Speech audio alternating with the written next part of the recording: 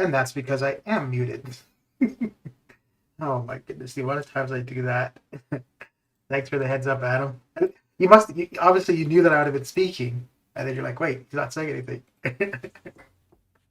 Okay, so what I was saying, I'm just trying to update the Twitch info to have the URL for the December update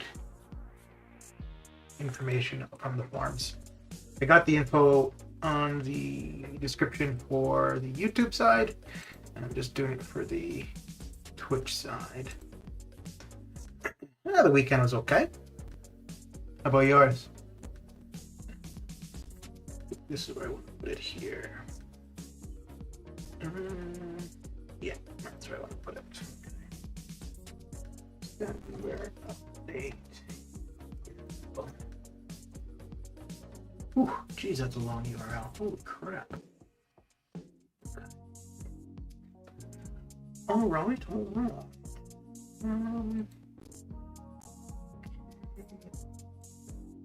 Back into there.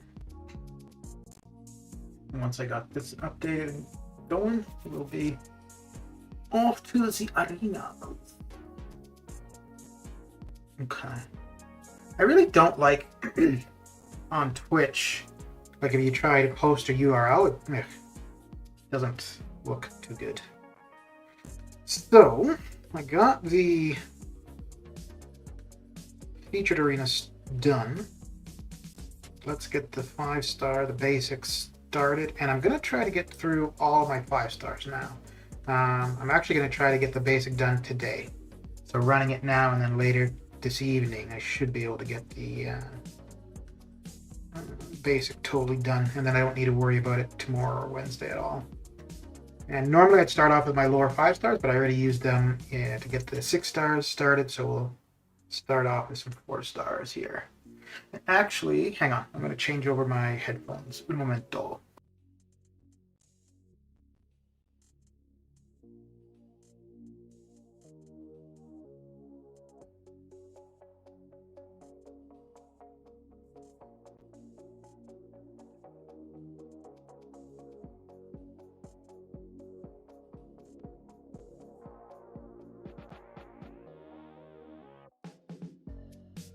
Okay, so let's see if I could hear now. Oh, wait, hang on. There we go. All right, so I should be able to hear. How was your weekend, Parasite? Okay.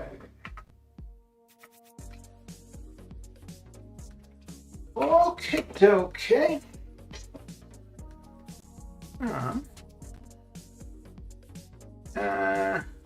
Nothing new, same old. Yeah. I know what that's like. Couldn't resist Cyber Weekend. Got 6,000 units invested on it. And you were saying I was going to be the one who wasn't going to stick with what I was saying. Refilled my inventory almost to max on everything again. Nice. Very good. Yeah,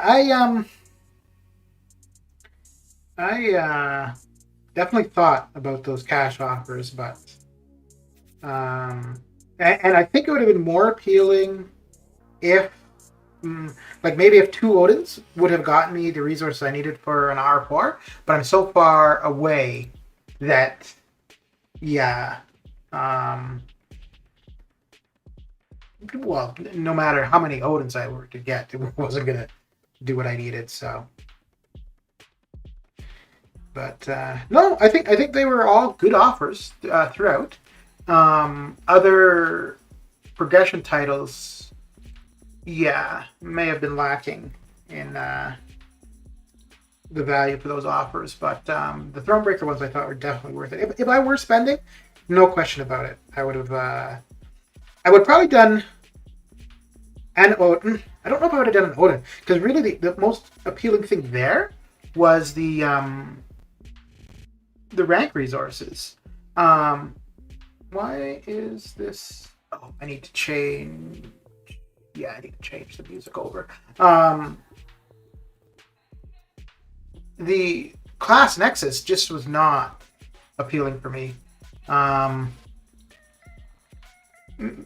Definitely a good item. There's just not enough in any one class that I'd be looking for, I guess, really, is what it comes down to for me. Okay, let's see here. I'm not sure what's the deal with this music, because I do not recognize this at all.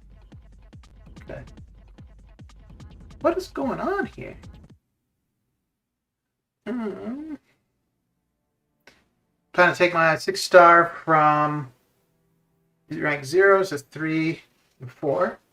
Okay, let me see. We beat the odds at Merc, so congratulations on the Ultron, Taz. That's your first... No, your second 6-star from Arenas?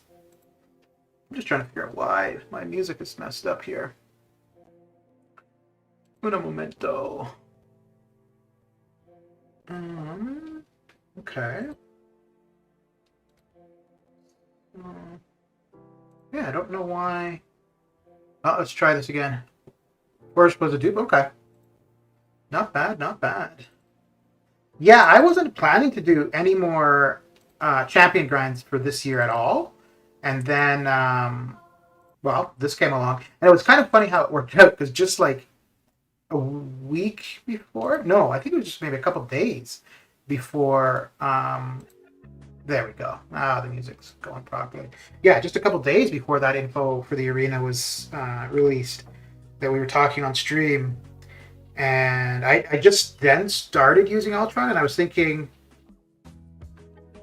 that it would be not a necessity, but nice to have him awakened. And yeah, and then that arena info came up, and I'm like, well, you know, I don't think he's going to go super high, so let's have a go. Mr. Showers, how you doing? It's funny. So I put up just over 59 million. For the Omega Red grind, I think I did 62 or 63. But I found this grind a lot easier. I have no idea why.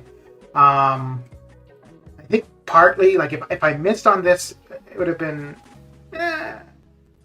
kind of a waste of time, but whatever. Whereas the Omega one, I definitely wanted the dupe on Omega. But yeah, like I was definitely not on the ball with this grind like I normally would be. I happen to have been waking up early prior to starting the arena, so that was still the case. But like any other time I've gone for a champion, I've like not set alarms, but intentionally gotten up early. You know, every time they were off cooldown, make sure I got in right at the beginning. But yeah, I don't know if it's... And I haven't taken that many 5-stars to R4, but I don't know if that made a difference. I haven't added many 5-stars. No, I don't think I've added any 5-stars since the Omega grind. But yeah, I just found this one so much easier than previous champion grinds. Once I got my Doom, I immediately took him to rank 3 right away. Yeah, if he's somebody you think you're going to be using a fair bit, there's no reason not to.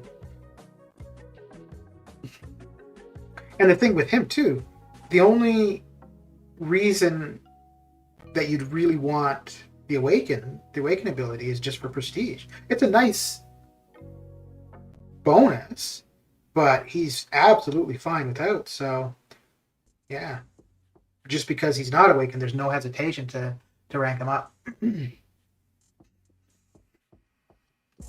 But grinding this huge numbers for one single sig makes the basic grind worse. Well, for me, it doesn't matter the amount of things I'm getting out of it. It's just the champion being awakened is all I'd be looking for. But I think this is only the third... Yeah, this is only the third 6-star I've gotten from the basic. Cable was just to get for Apocalypse, and then Omega Red for the dupe, and Ultron for the dupe. And considering how this one went, I think I'm going to go for Claire to get her duped as well. Yeah. But I think I think the feature still feels. Well, your points accumulate a lot faster in the feature, obviously, but it just feels better.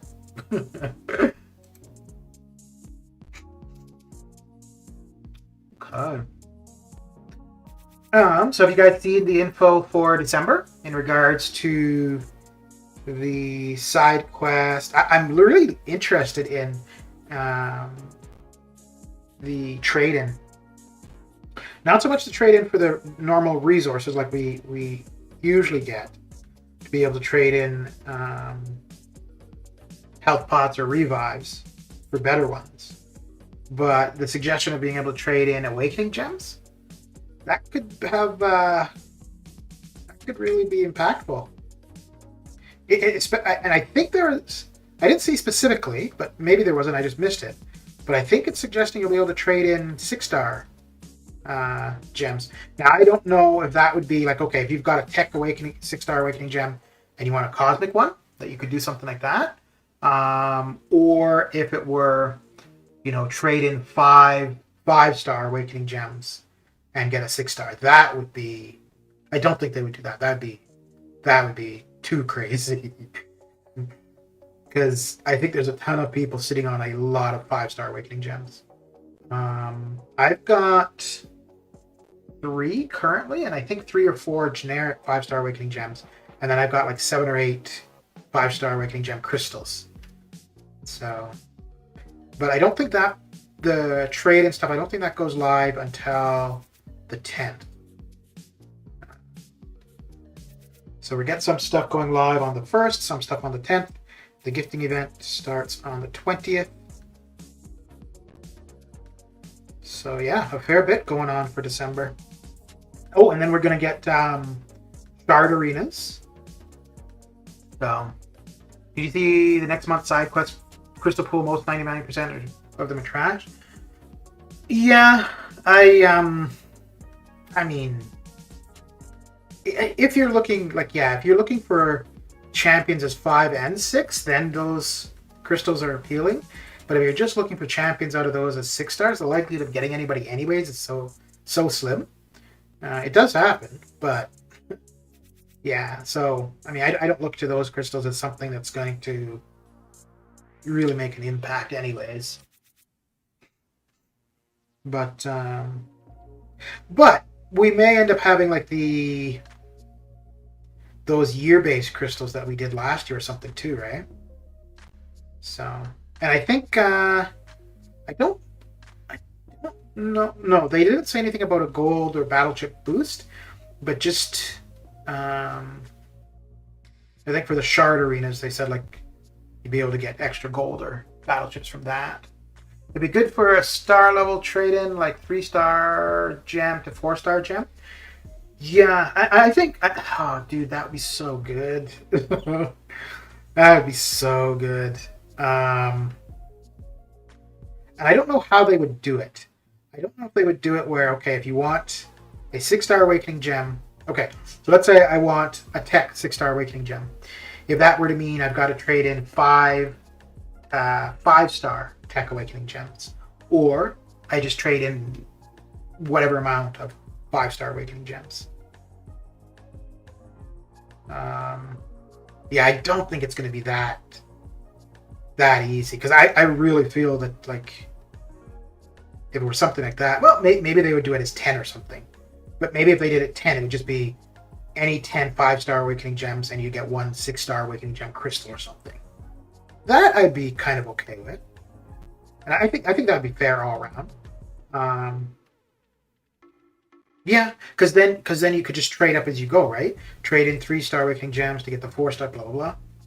So I got 6-star Old Man Logan from one of those crystals. Yeah, I think no, I haven't gotten any 6 stars. I've gotten a couple 5 stars, but like I said, it's absolutely possible. I mean, 6 stars are in there. It's just very rare. It's very rare to get a 6-star, and it's very rare to get a 6-star that you want. But it does happen. But like I don't like if I'm gonna say, hey, I want this champion, that's not the place I'm gonna go.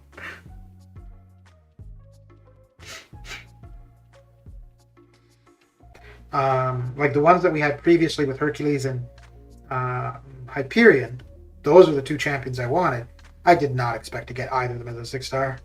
I think I may have gotten Hyperion as a 5-star. One of them.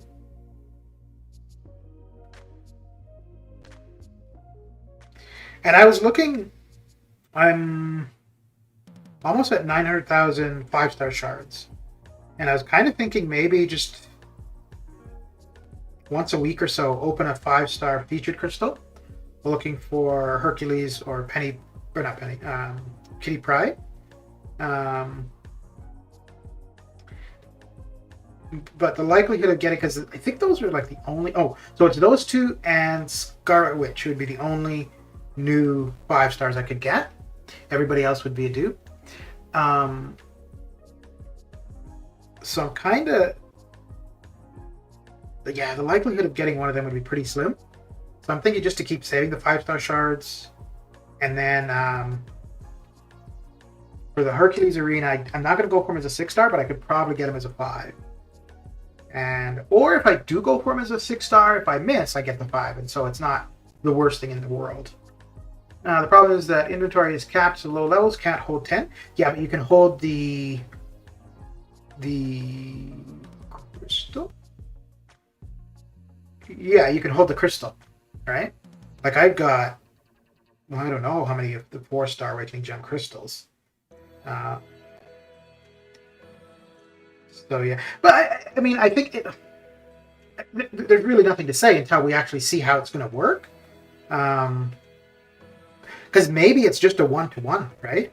Like maybe it's okay if you've got a Mystic Gem, but you want a Skilled Gem. Like how we have the T4CC trade-in. Now that's a ratio. Like you've got to trade in 2 or 3, and you get 1 back that won't be of the class that you traded in. Like maybe we'll see something like that. You trade in 1 Tech Awakening Gem, and you'll get a crystal that will have anything other than a Tech Awakening Gem or something like that. But so I keep putting off exploration of 7-3. I was going to get it done yesterday. No, well, not get it done. I was going to get the Kang quest done yesterday, and then I ended up doing some other stuff. I got a couple of videos done, and then some other stuff not game related. So then I was thinking, okay, next weekend I'll do the Kang, finish off the Kang quest. But now with the trade-in, I've got a bunch of level 1 revives. I still don't have very many health pots. I never have many health pots. I'm thinking I'm going to wait until we have the trade in my low-level revives and whatever health pots I have at the time. And then once that is over, then go for 7-3. At least that's what I'm saying now. Oh, I might do a path here and there though, other than the Kang quest, because I do have a few revives that are going to expire soon, so I can use those there. Or maybe just go and do completion when the new EQ comes out, and then anywhere where I die, if I lose like a team, just revive and use the revives there rather than resetting the path. December, it is so tough to complete story because there's so much stuff going on. I'm like we've got event quest completion. I think that'll be starting later today, but that'll be running for most of tomorrow. And I've got 1 or 2 paths in uncollected to do, and then all but 1 path for Cav. So I've got a fair bit to do to get Cav explored. You should postpone it to January for the 7.3. Yeah. Well, I mean, I'm not going to stream it or anything, so there's no like I can do it whenever. The only thing that for content-wise that I am planning that I want to stream all of would be Variant 8, but I have no plan to get in there anytime soon. Initially, the 2 things that were appealing was to get in to try it while it was problematic, and then once that was resolved, that appeal was gone. So then the only other thing was to pick up some T5B, which I think I've got 8 currently. So I'm pretty good on T5B. Plus, we're coming to the end of war season. That will be 2 there. And then through the gifting crystals, we'll see what we get from that too. Those shards arena. Yeah, and last time, I don't know why, but for whatever reason, do I want to get to 350? Yeah, we'll get to 350 with the 4 stars. But for whatever reason, during the shard arenas, I still did my normal arena grind. And I think I maxed out the 6-star shard one. But I think this time, when we've got that going, all I'm going to do, I'm just going to get the milestones for the usual arenas, for the featured and for the basic, and then focus on the shard arenas. Because that will, I think overall that would provide more units. And I think those had battle chips as well. But battle chip wise, going for the top 5 and 10% from the featured and basic, battle chip wise, I think it was better. But the others still had units throughout. Whereas once you get to the max milestones in the featured and the basic, you're done with the units. DJ, how you doing?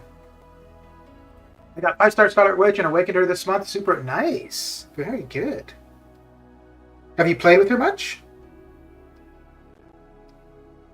I think as a 5, like of the 3 5-stars in the featured pool that would be new, she would be the one I would probably max out.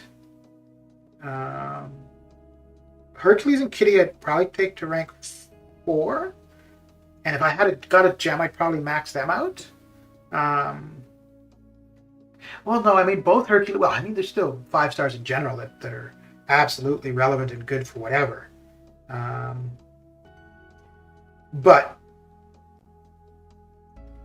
Scarlet Witch, I don't see having her as a 6-star anytime soon, if ever.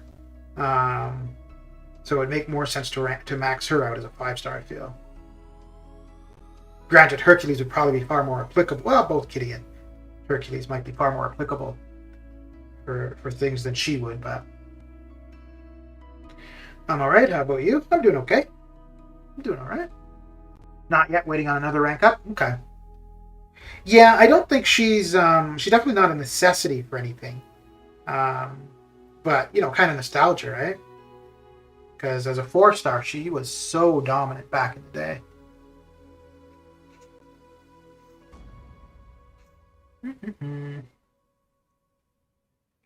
Yeah, I think I'm going to spend a fair bit of time in those shard arenas. Work on the 6-star. What? We're not going to get the 6-star shard one, right? I don't think. Oh, you son of a gun.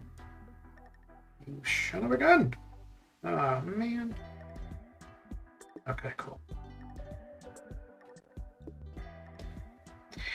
What? Are you kidding me? That one medium took off like, what, 20%? Oh, my Lord. Oy. And now I'm not doing like anything to him. Holy crap. Okay, there we go. Just working on the new profile picture as I've gone off the one currently. Okay. Okay.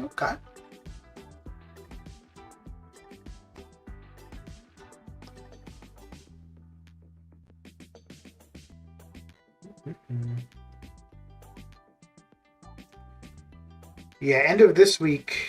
Well, more so next week. I don't think I'll be streaming at all next week. And if I do, it wouldn't be until later in the day. Because I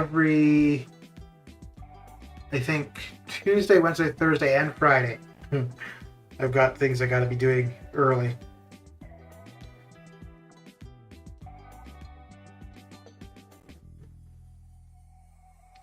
And then in January, probably going to go see my parents. But I haven't seen them. I think I saw them. Well, I haven't been there for quite a while, but I think... Oh, yeah, I guess the last time I saw them was when they were here.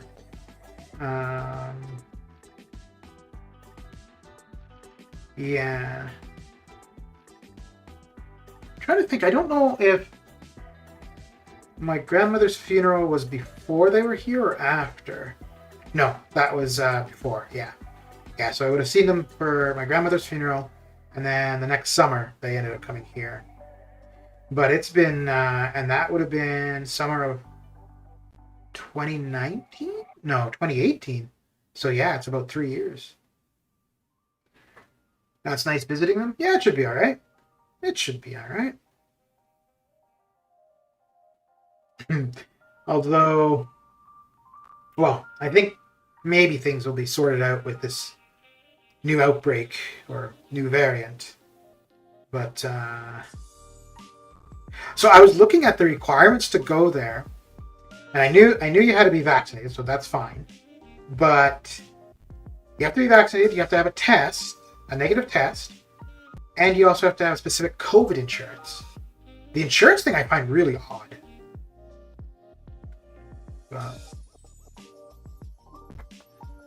Oh boy, I'm iffy on my plan to visit my parents too this December. Okay. But for you to see your family though, it'd be within India though, right? Like they're not in another country.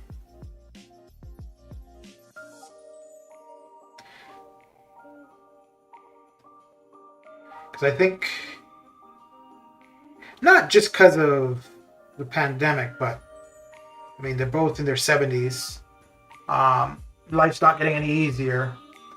So I think I'm gonna, well, not try to convince, but suggest to my mom that they move back to Canada. Because, well, and then where they are, they're in the Caribbean. It's not a very, I think the country's only like 20,000 people. And, no, maybe about 35,000 people. Because the island they're on is the most populated at about 20,000. But it's like, it's pretty much at sea level. So with rising water levels, and then if, any kind of thing happens, yeah, it's not, I don't think it's the best. There's nothing wrong with the place, but just, things are changing. They're older, blah, blah, blah. And hey, I mean, the way things have been going in BC, geez, Canadian weather isn't that reliable either. But, there's much more infrastructure here to get through disasters. Within India, okay. How far would your parents be away from you, Anna? Insurance for COVID, that's new to me, dude. It was new to me too. I knew that I needed to be vaccinated. Fine. And I think I knew I needed to have the test within 3 days, but whatever. So that's fine. But when I saw the thing about the specific COVID insurance, and I don't know, because it does say specific, like it says COVID health insurance, not health insurance or travel insurance, but COVID health insurance. So yeah, I need to see whether or not my health insurance would include that, or if that's something you have to get completely separate or what. And I mean, I know it's possible to get because people are going there. So, but yeah. But as it is currently, though, for Canada, to come back, you need to be tested. Which I don't know how, like, they can't deny a citizen entry.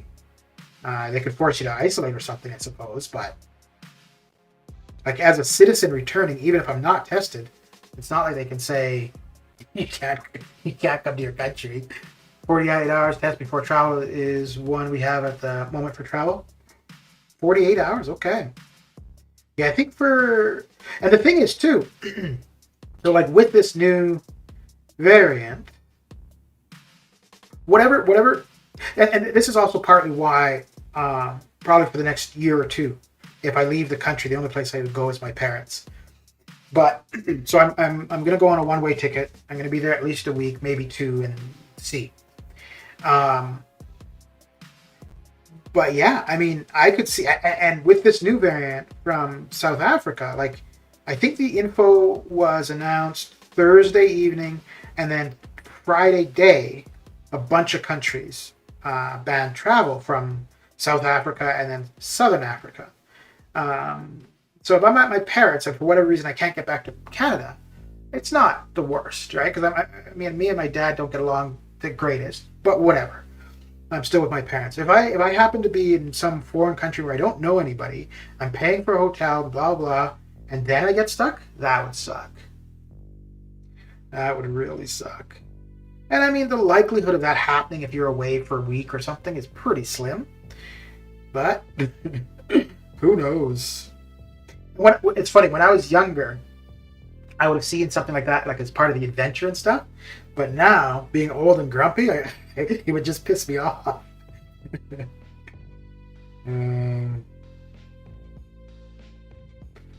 Wow. And actually, I didn't get vaccinated early, like as soon as it was available. I definitely took my time with it, but like I knew I was going to eventually. But what actually got me to do it quickly was where my parents are, they announced the restrictions there that you had to be vaccinated to travel there. And at the time, I didn't have any specific dates in mind, but I knew I would be going to see them within a year. And yeah, so I think it was like within 3 days after hearing that is when I got my first shot. So you're not grumpy? Oh, I am grumpy.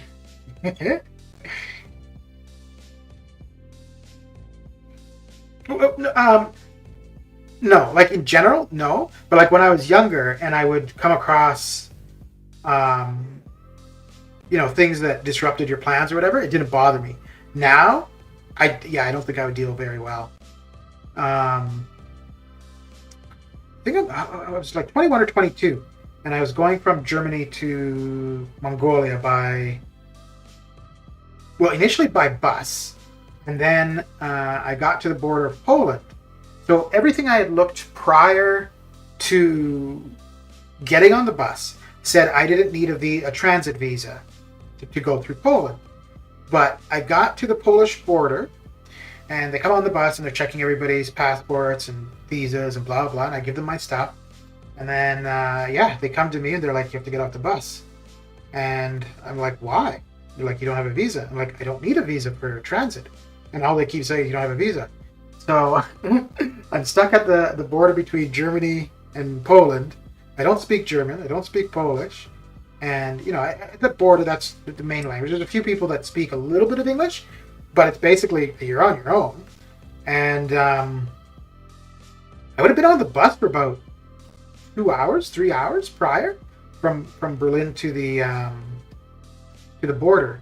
Anyway, so I'm there for about half an hour, and I'm just thinking to myself, well, how am I going to get back to? I got to get back to Berlin to, go to the Polish consulate and get a transit visa. And I'm like, well, how the hell am I going to do that? Because all the buses coming from Poland into Germany, like, you would have had a bus ticket to get on the bus, right? So I'm not able to get on any of those. And I would have been fine paying for a ticket at the border, but you can't. So finally, I try to hitchhike, and nobody's stopping. Anyway, so I think I was about an hour and a half into it, and I just finally stood in front of somebody's car, and then they had to stop. And then I got a ride to a little bit outside of Berlin, and then got on a train, and yeah. But like if that happened now, oh dude, I don't know. I'd just be yelling at people, which probably wouldn't do me any good. But yeah, back then it was like, okay, well, this is something challenging and interesting, but now, like, man, I want to sleep.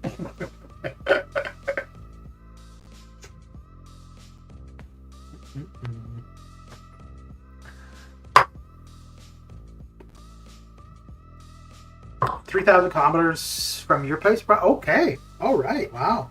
So how would you get? Would you go by train or would you fly? And why are you iffy on going to see them?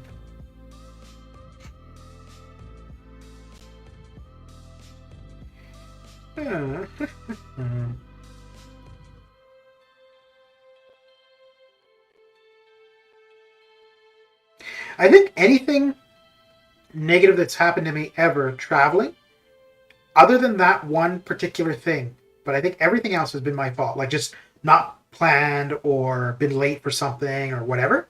But that was the one thing where I knew I was not at fault, because when I left the morning before I got on the bus, I looked and made sure that Canadians did not need a transit visa through Poland. And I don't know if it was a scam or something, because when I went to the Polish consulate, it was closed. And there happened to be somebody else outside trying to get in, because I think they just needed their passport back or something. So somebody came out to talk to her. And while the person was talking to her, I was there and I'm like, oh, whatever. And I explained what was going on. And he's like, where are you from? And I said, Canada. He's like, let me see your passport. Showed my passport. And then, so the consulate was closed.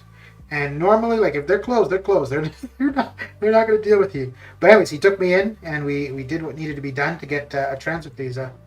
So I don't know if between me getting on the bus and getting to the border, which was 3 hours, the requirements changed, or if the border guards that happened to be there at the time were trying to scam people. But there had to be something that wasn't right, because if I was absolutely at fault, there's no way they would have opened the consulate for one person when they were closed. But yeah, that was an interesting couple days for sure.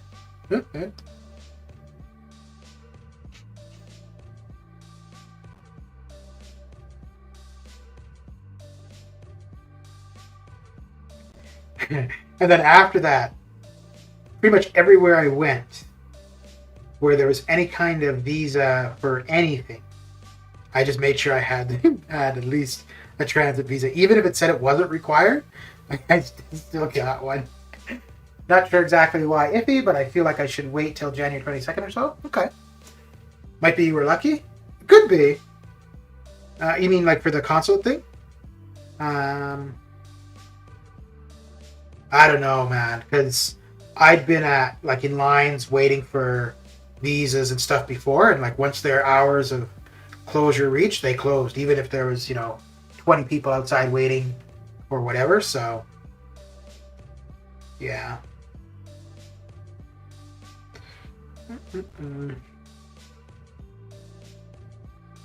Like, why are you kind of second guessing at them? Is it just like time of year, or time, do you have enough time, or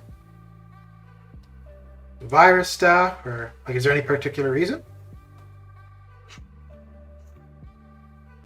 How long would that take from where you are to go see your parents?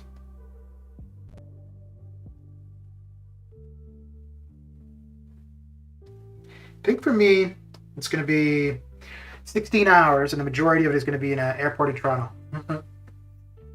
Second dose in January, so maybe I should get the last one and then go, oh, okay, I see. But I think they suggest about at least a 2-week period between the second dose and being fully protected.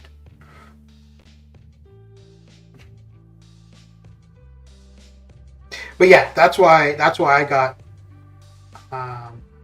my shots when I did, because I mean I could have waited until closer to when I was thinking I would go, but yeah, I figured those kind of restrictions we're probably going to see them for maybe a year or so.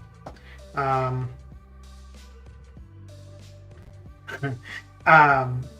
while ago, Ontario's got masking restrictions and blah blah, all these other, like everywhere else. And they had announced that they were going to be lifting those type of restrictions that required you to be vaccinated to go to a restaurant and blah blah in March. And some people were angry. They're like, why are you going to tell people when you're going to remove those restrictions? That's going to make it so that less people are getting vaccinated. But I don't think those kind of... I think we're going to see those things for probably at least a year. 2-hour flight? Okay. But geez, that's not bad at all. Not bad at all. Blaze MCOC, how you doing? How you doing? Would you rather be a rich, successful man with unavoidable bad dreams every night, or a poor guy that sleeps outside but can control dreams, like lucid dreaming?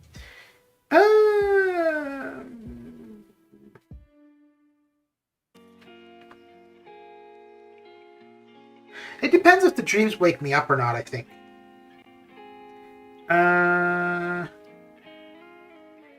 Yeah, I think I prefer the controlling of the dreams.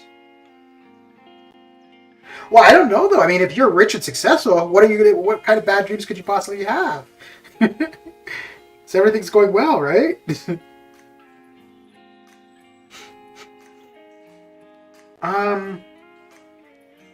I don't know if I've ever. No, I think there's a few times as a kid, I used to have some nightmares, and they would wake me up.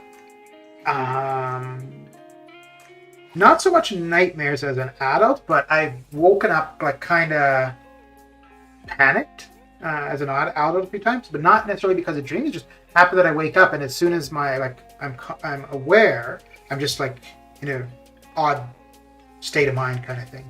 But I don't think it would have been like. I don't remember if it was a dream. And there's only been one time, and it was so weird. So when I was younger, I traveled a fair bit, and yeah, I went about a year going through Russia, Mongolia, and then Eastern Europe. So every week probably you'd be waking up in a new place, like a new hostel or whatever. And I never had any problems. Like wake up, know where I am, so on and so forth. But I would have been in my mid-20s, and I was visiting my brother. And yeah, there was one time I woke up and I didn't know where I was for about a good 2 minutes. I had no clue where I was. It just seemed so weird. Because, like, to me, it would have made sense. Okay, if you're changing locations all the time, to wake up and not know where you are, that kind of makes sense, right? But when you're, and I was probably at my brother's for about a week or whatever, and, nothing out of the ordinary. And yeah, I just woke up and like, where am I? So far what's happened is if I have to travel, plan comes up overnight and bookings happens too, and then I travel. Also, I can't make travel plans a month ahead. Okay. Honestly, it's kind of the same because you pretty much live in the day for rich and for poor, you live at night. Okay. At least you're lucky you can sleep. My body doesn't like sleeping. Yeah, once I'm asleep, I'm good. My only issue would be not being able to get to sleep. Bad dreams like serial killer ones? Yeah, I think I would go with the non-bad dreams.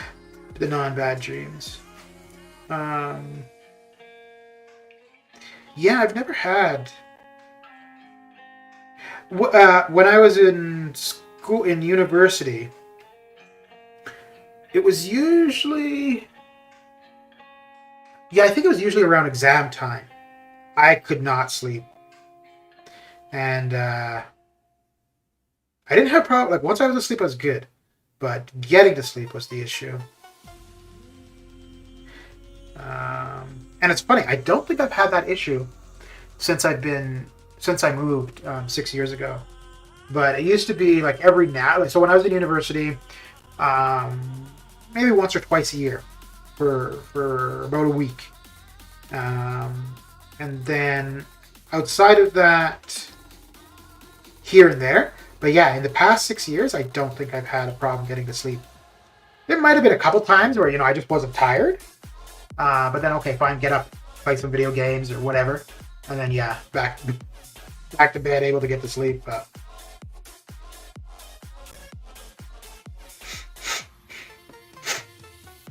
Oh, so Parasite, which cash offers did you take advantage of?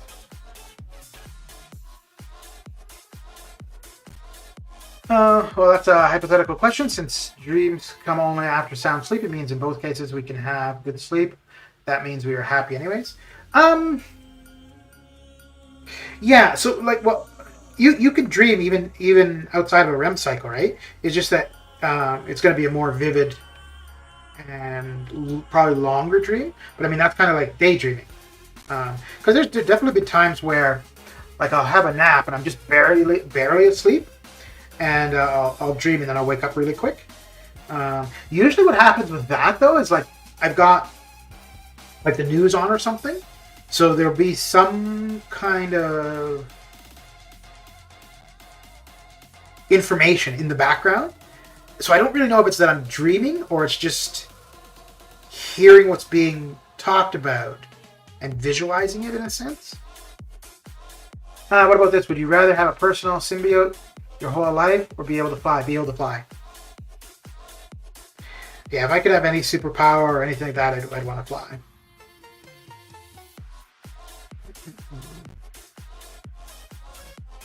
All right, I got one for you, Blaze, or anybody else in chat. If you could travel forward or backward in time, but wherever you end up, whatever year you go to, you have to stay there. You can't come back to your present. Would you go back in time or forward, and by how much? When I was younger, when I was like in my teens or early 20s, the answer always would have been, I'll go into the future, like way into the future. Now, I would prefer to go back to biblical times. I just digged in the unit offers, still the non-spec. Oh, okay. Oh, so you were planning to do anything. Okay, I thought when you had said your thing, I thought you were like me, just not going for the cash offers, but you just wouldn't want to partake at all. Yeah, dude, the unit offers, absolutely. Because the units you can reaccumulate. I mean, it takes a while, but... Oof, let's see. Yeah, let's do that. You'd go back? Okay. I would go back and I'm not even 18. How far back would you go? Yeah.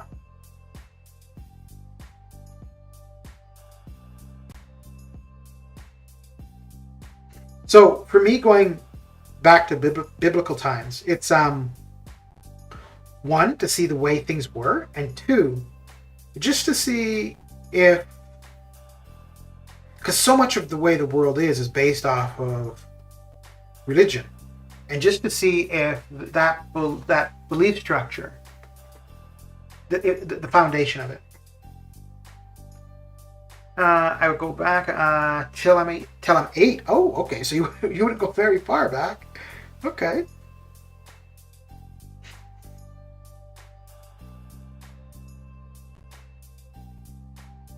Yeah, I don't think there's any other time of my life that I would... Oh, no, maybe to go back to 18 or 19. Well, no, it's not even that. It's just there was one summer that it was a really good time. I go in the future, it's like, I reckon I would ruin past, because paradox,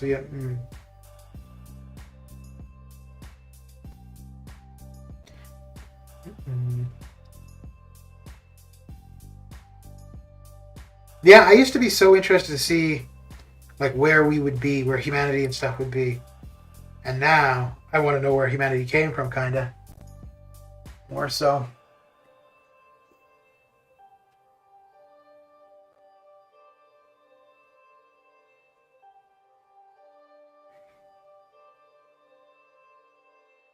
Then again, I don't know. Part of the reason now I don't have really much desire to travel, which is also why I'm saying I'm probably going to go see my parents in January, but I haven't booked anything yet. I just realized being away from home, I miss my bed. I really, really like my bed. So I don't know if I'd want to go anywhere. Past or future. Maybe if my bed were guaranteed to be somewhere and I could sleep in it, then okay. But, yeah. I think it's the most comfortable bed I've ever had. Maybe, no, I probably slept on better ones in a few hotels, but not too many.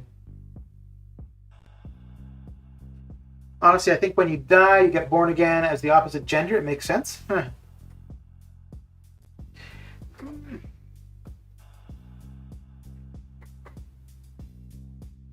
So the idea of reincarnation,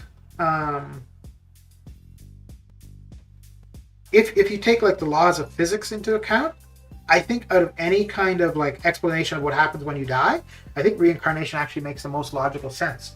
Because if you're looking at laws of physics where energy can't be created nor destroyed, just reused or recycled or so on and so forth, then reincarnation would make sense, right? Like because for the most part, we're beings of energy, right? And when our physical body stops functioning, something has to happen to that energy. So to me, yeah, it makes sense that it would. I don't think it has to necessarily be going into another person, like into a human being. But just, you continue existing. And obviously, I don't think you're going to have the memories of your previous life or anything, but I think your energy just gets recycled.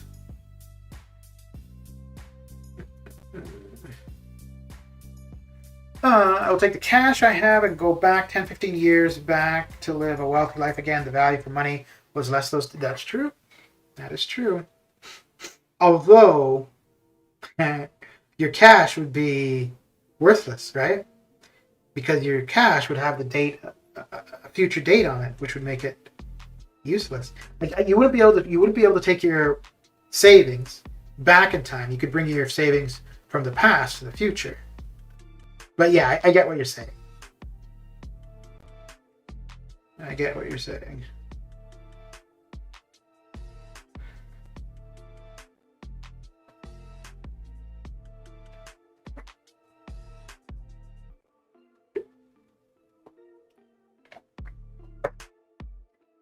Yeah, I think if you could go back, make changes to benefit your present life, then I think everybody would go back to the past. But that's why the question has the caveat there where you're staying in that time.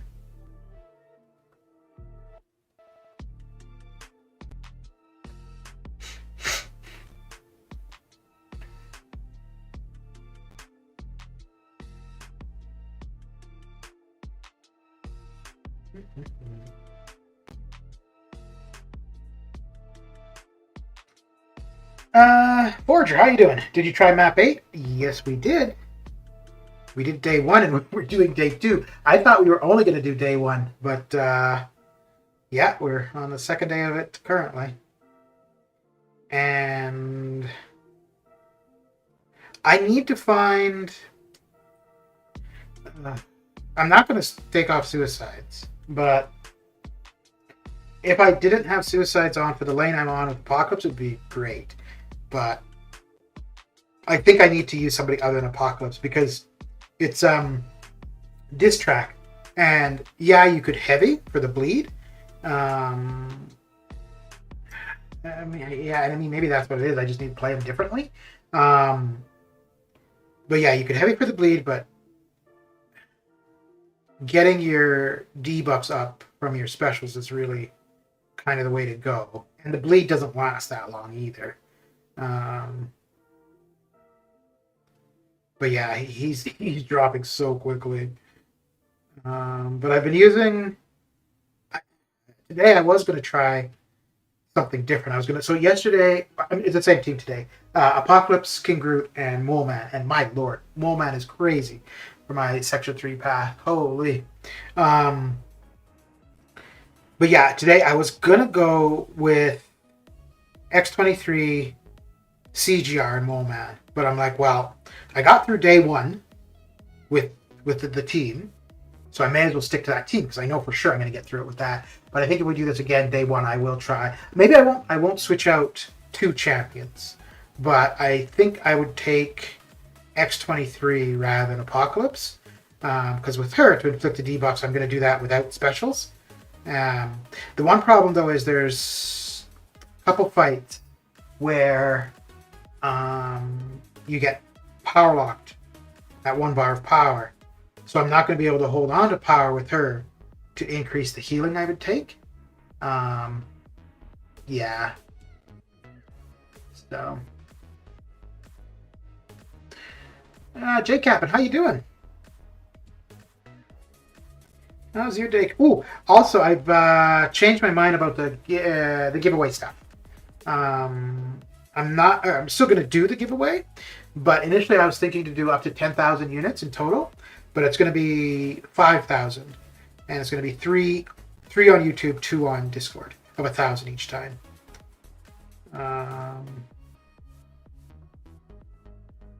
Yeah, and The only different, well, yeah, so the Discord ones would only be on Discord, but all of them will be announced on Discord. But as far as the 3 YouTube streams, there'll be no mention in the like in the title of it. Yeah, because that way, just people who would normally show up, well, anybody on Discord will know that that stream would be a giveaway stream. But other than that, it'd just be people who randomly show up. Well, if they're random and they're not normally there, hey, they got a shot at it. But because I know if I put in the title 1,000 unit giveaway, there's going to be a bunch of people who aren't normally here, and I feel that like not doing that, then the people that are normally here or on Discord have a much better opportunity to get some free items. Oh,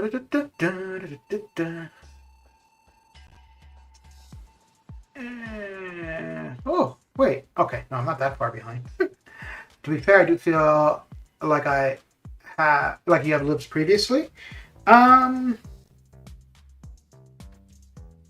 Well, isn't that one of the ideas behind or not ideas, but theories or suggestions of dreaming, is that you're seeing your previous life or something? I think deja vu. I think the thing for deja vu, one of the things about that I kind of liked was that if you're having deja vu, it means you're on the right path in life. Although I haven't had deja vu in a long time, so I don't know. My battle group was not prepared to do map 8, but one BG did do map 8. Okay. I already picked my pass. Other people didn't, so we didn't. That sucks. So you didn't do it. Well, I mean, because in that case, you'll never do it, right? If people aren't saying, hey, this is what I want to take or whatever, I mean, the alternative is simply for the officers to assign paths, which that could always work out not very well. Like if you assign somebody a path and they're not very... Yeah, no, I don't like the idea of officers assigning the paths really, because then they have to be... yeah, this is fine. I was going to use Colossus for Torch, but yeah, I think we'll be fine. Yeah, then the officers need to be much more familiar with everybody's rosters, and I think I think one, you have to be responsible for your own roster, and if you don't know who good options would be, then ask, because nobody's going to have all the answers, especially on something a week old, right?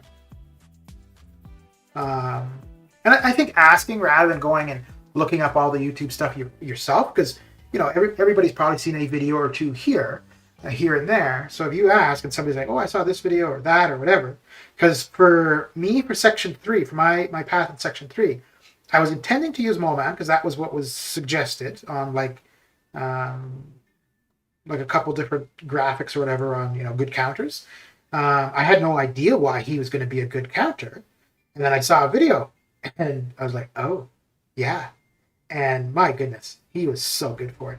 And I'm still planning to take him to rank 3, but after how he oh, you son of a gun, how he managed for at least that one path, as far as map 8 goes right now, I don't feel like it's needed at all. I feel like he'd benefit more from being rank 3 on map 7 than map 8.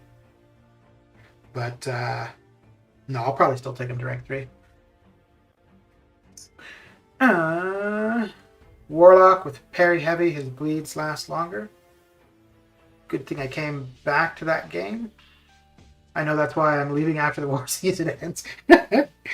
Well, hey, at least your prestige is increased now, so that's going to make it a little bit easier to find an alliance that you want to be in. Yeah, I know you were set to join here previously, the alliance I'm in. I don't know. Yeah, I mean, yeah, wouldn't know until the end of the season for sure. But you might want to check here again, because I gotta say, and I've said it before, like I really like the organization here. So I think it was Saturday. They posted. It was funny. So they posted like, okay, here's the lanes. Here's the suggested best counters. Blah blah blah. Now go and pick your lanes. And so I saw that. And I'm like, oh shit, we're doing map 8 in like a couple hours. And then I realized, oh, they're putting that info out a day before, which is a smart way to do it. But yeah, I really like the organization. And for me, I think we do fine. I should have gone Archangel for Quake. That's okay. Like I'm absolutely okay where we are. And I'd be fine being a little less than where we are. Like we're Plat 3. This last AQ we were 146th. I think that's why we're doing 2 days of map 8 is to get back to top 90. But yeah, I would be absolutely fine being Plat 4, top 250. I'd be quite fine with. And after at least probably next week and maybe the week after of map 8, I may consider changing alliances. Especially if I'm going to be away in January. I mean, the only time it would be problematic to get online would just be while I'm traveling. And most of that should be fine. It's two 4-hour flights and then 9 hours in a airport. The airport will be fine because it'd be Wi-Fi. So yeah, it would just be the 2 4-hour sections. But yeah, so I wouldn't be streaming or doing videos, but as far as getting online and doing stuff in the Alliance, that should be fine.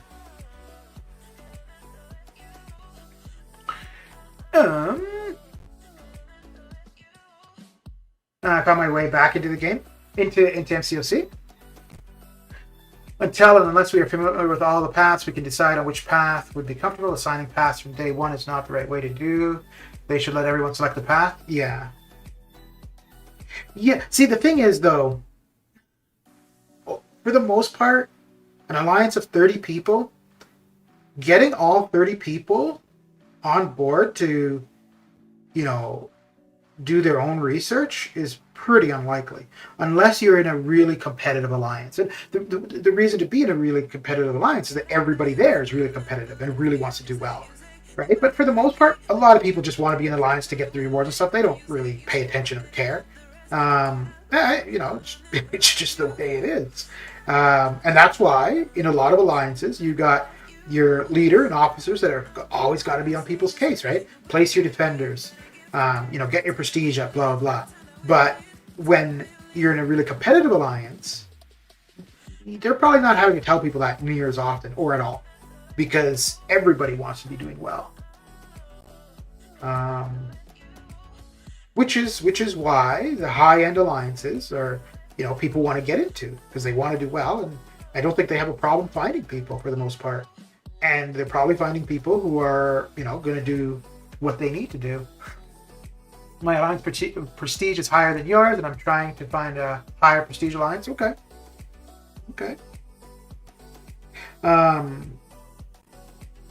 Yeah, so I was just suggesting that just because you're saying like you guys weren't organized. We were, do what you want. But if you're all you're ever going to do is look at numbers, you're never going to be satisfied. Because there's always going to be somebody higher until you're in the number one. And then even then, that changes, right? Yeah, I've never gone by the numbers for an alliance. Actually, one of the ways I've always been able to figure out if an alliance is organized or not is the process in which I get into the alliance. If I get into an alliance by them saying, oh, your prestige is XYZ, welcome aboard, I know I'm not going to be there very long. If we're spending about 10 to 15 minutes talking, or even longer, I'm probably going to be there for a while. Yeah, and I mean, up to this point, that has come true, really, right? Like, the alliance I'm in now, I think it was just a one-on-one, like, interview. We went for about 10, 15 minutes. The alliance prior was pretty much, are you able to do this in war, this in AQ, what's your prestige? And that was the alliance where every AQ session we were replacing people. Good alliance, good players, pretty well organized. But yeah, they just weren't taking the time to really vet people. And then TOW, the alliance I was in for 2 years, I think it was about half an hour. It was with 3 different people that I was talking with.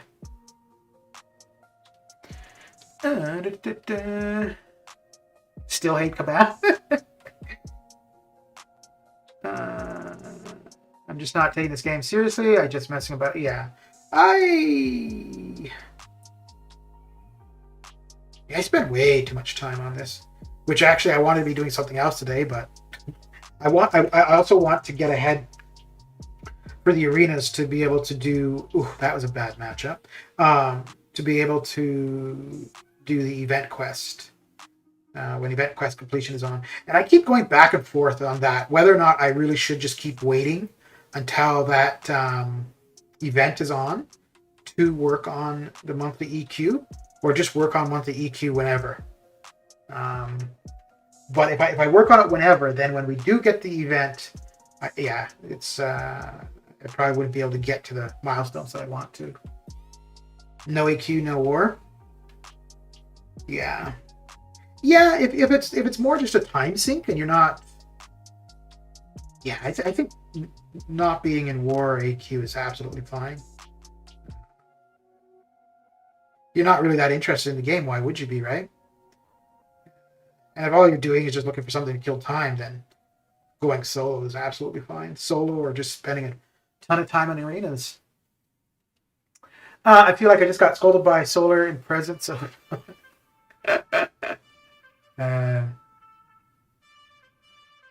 Wait, what did I scold you for?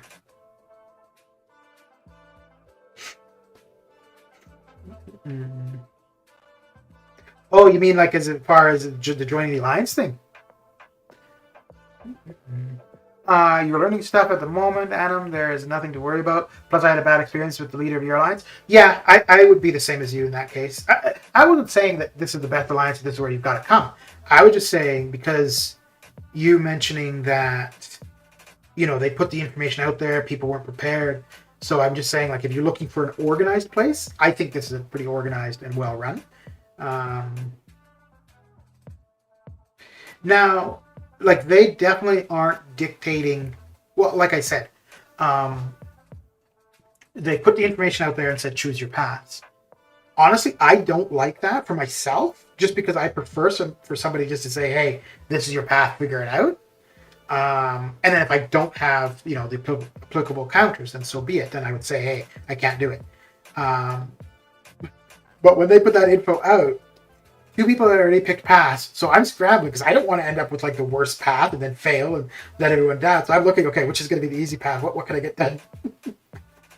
And I think for war, yeah, and I think it makes a lot of sense for war to assign paths. One, your best players should be taking the hardest paths.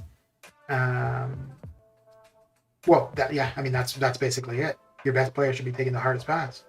Because the other way you could look at it is, well, whoever's got counters. But yeah, you could have a counter for something and just be terrible. So it doesn't matter that you've got a good counter if you're terrible at playing that character.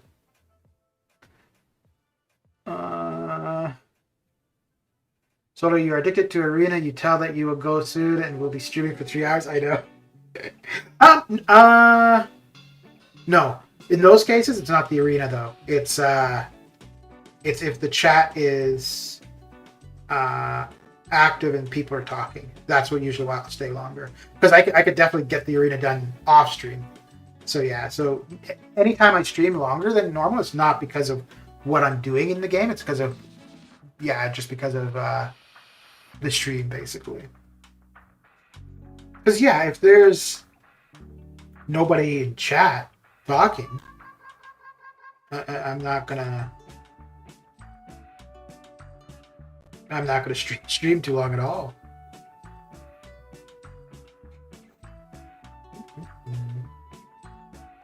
I just want to be in an alliance for a longer time, and I'm learning about everything, so I hope I stay there. Yeah.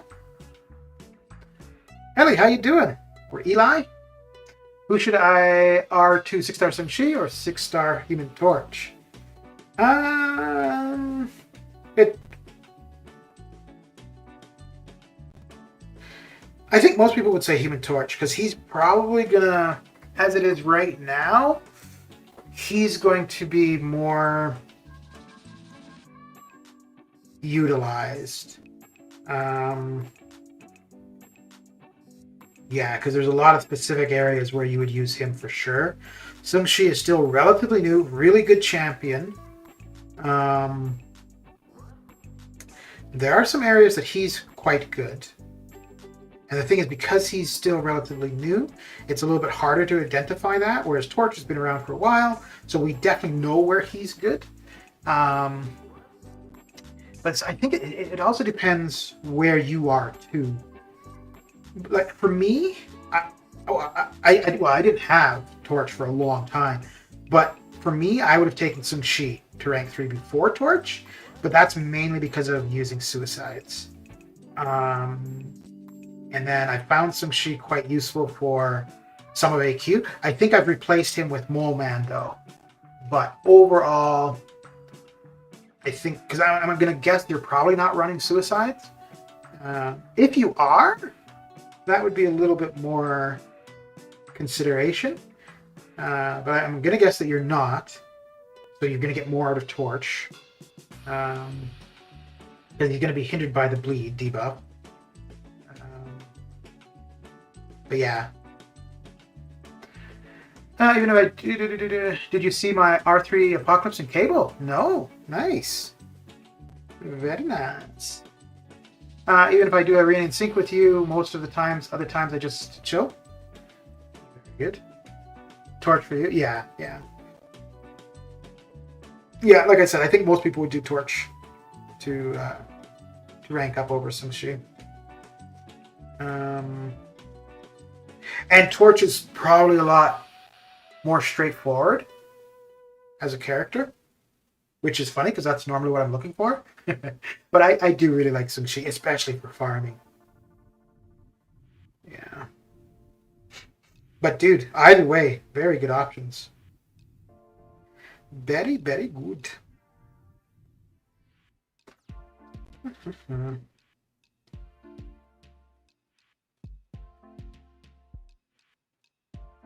So I was reading on the, I was doing incursions with them. Oh, okay. I didn't look at your team. I don't prefer complicated champions. No, I don't either. But the thing is with Shang-Chi, I don't find him complicated. Prior to using him and getting used to him, I did. Which is funny, right? Because that's why I don't have too much desire for Hercules, is that I think he's complicated, but it would be the same thing. Once I play the character and get used to them, it wouldn't be too bad. So,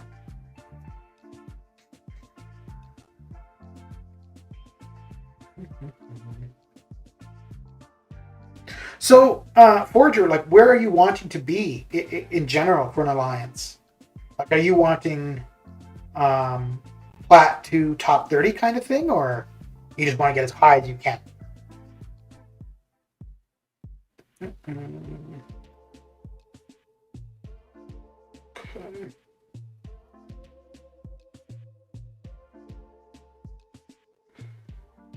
Ooh, yeah, do that.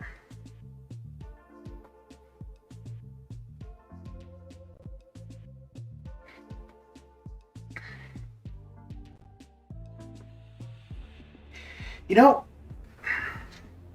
so the section 1 and section 2 for map 8, the path that I'm on is the same that BG, he did a video because he was doing the same path, and he had Apocalypse Cable and King Groot, and I was thinking, ooh, I think actually that would work for me, but everything I saw for section 3, path 7, was suggesting Mole Man.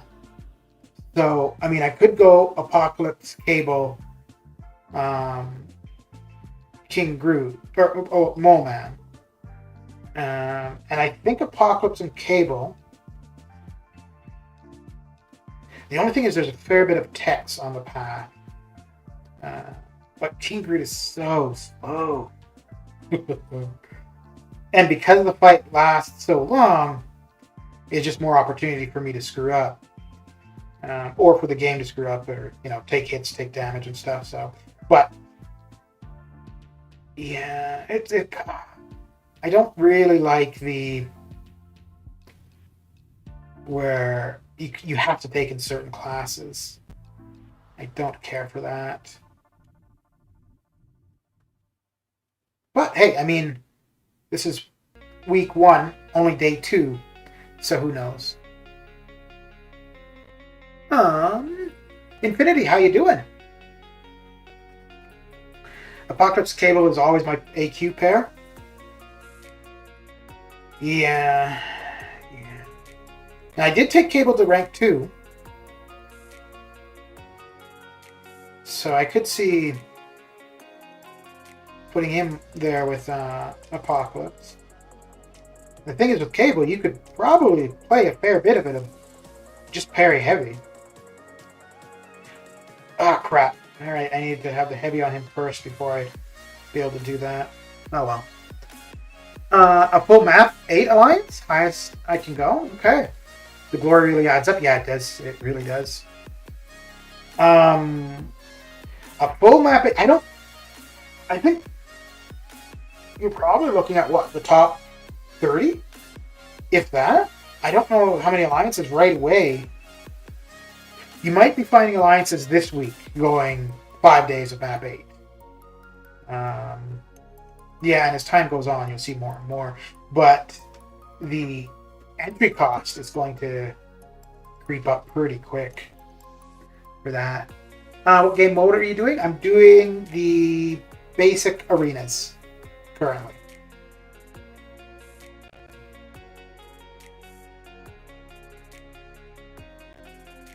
Yeah, pretty much anytime I'm streaming, I'm doing arenas. One of the 3, the feature, the basic, or the Summoner Trials. And right now we're in the basic. Infinity, thank you for the follow. Are you doing Cosmic Temper? Why King Groot? No. Here, I could take a look at what it is. But there's this track, and no, I don't need King Groot for it. It's just that was the suggestion.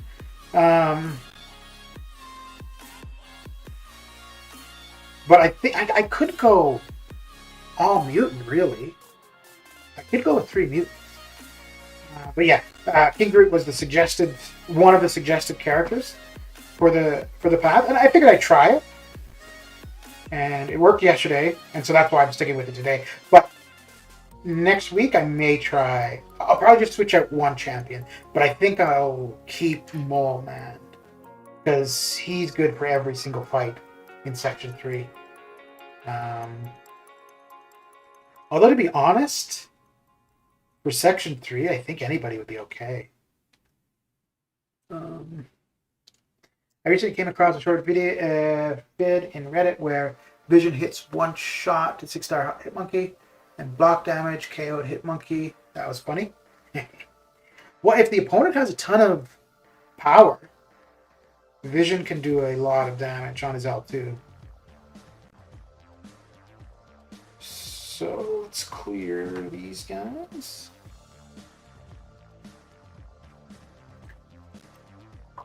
So normally I would just go to 4 million, but I'm going to run through all the 5 stars, which is probably just going to be a little bit over 4 million. Actually, wait, it might be less.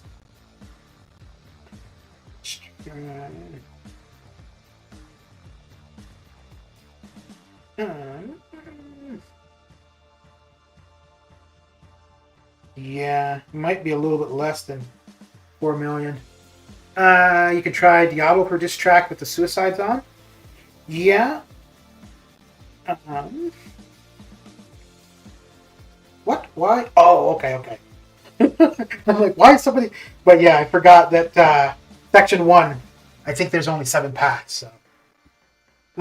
is this the node here? Yeah, so this is it here. So they need to have 3 debuffs. We got the persistent pressure. I don't remember. So it's only 3 fights here, I think, that have this track. And then here we've got where you've got to be hitting them into their block to remove the armor ups. Huh, yeah, that's not a bad idea actually. Because he would be good. He'd be good for Corvus, for Red Skull. I wouldn't use him for Stealthy. I probably wouldn't use him. Oh, so part of the reason why you'd want a Cosmic is because you've got quite a few techs along the way here. We've got 2 there. We've got Mysterio here. And then I think there was Hulkbuster. But Diablo would be fine for all of those. Let me just see if any of the other BGs still have that. They're probably already through that. Yeah, they're all through it already. Let's see. Yeah, okay. I'm all clear of that. Yeah, so I can't look and see what all of the opponents are. Oh, maybe this one. No, they're all through there.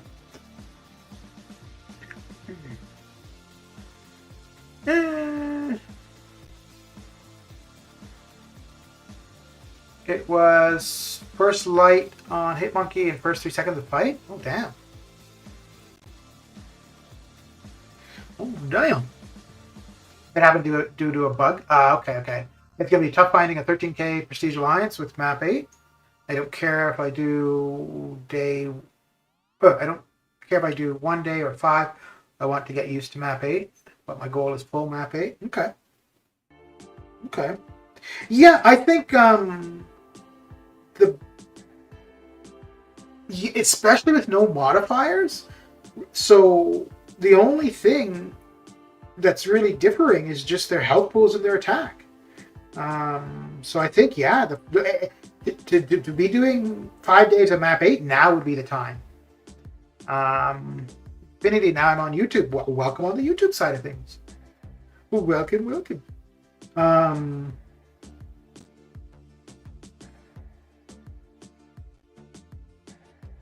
Yeah, I think, well, especially when you consider last week, how, well, I don't know how much the leaderboard changed for others, but it definitely changed for us. Because like we'd been consistent in the top 90 and then we were 146th. So, and I'm assuming that was map 8. And actually you could see there's a little bit of a shake-up now too after the Cyber Weekend stuff, where people have been able to rank up and seek up a lot of champions. So you could see a little shake-up still for the leaderboards. But yeah, I think for me, like once I don't know how much I would make rank up decisions based on map 8 currently. Like I was already considering Mole Man to rank 3, so I think I'm still going to do it. And I'll have a better idea after today, but he just went through section 3 like crazy yesterday. So I mean, if it's the same thing today, I don't think day 4, day 5 probably different, but I think at rank 2 he's going to be absolutely fine for map 8. But I was thinking of him more because of map 7. Yeah, I'm like, but again, like I've said many times, I'm really not too fussed about. Like, I just want a decently run alliance with people who do what they're, the bare minimum of what they need to do. Like people who aren't missing placing defenders or, getting to AQ and are like, oh, I have no idea what I'm doing. Yeah. And it's two things. One, because Not that I'm any expert, but if I'm assigned a lane for something, I'm going to know what's required. And if I don't know or I don't think I can handle it, I'm going to say something. So yeah, I guess I'm going to be prepared or whatever. But like the last alliance, it didn't. It annoyed me a little bit from the alliance perspective because it was. I get why it was happening. But yeah, like every AQ having to replace people, and then the people you bring in, it's their first or second time doing map 7, and it's because of that they're going to leave, right? Because they're not familiar. So your first day or 2 days, yeah, you're going to be using items because it's new. But if we could have just stuck with the same 30 people for like 4 or 5 sessions, I'd probably still be there, to be honest. But yeah, every single time. And so many times too, people that were leaving were like, yeah, this is, much harder than I was expecting or whatever, much more resource intensive. And it's like, yeah, it's new. Like, of course, it's gonna take you a bit to get used to.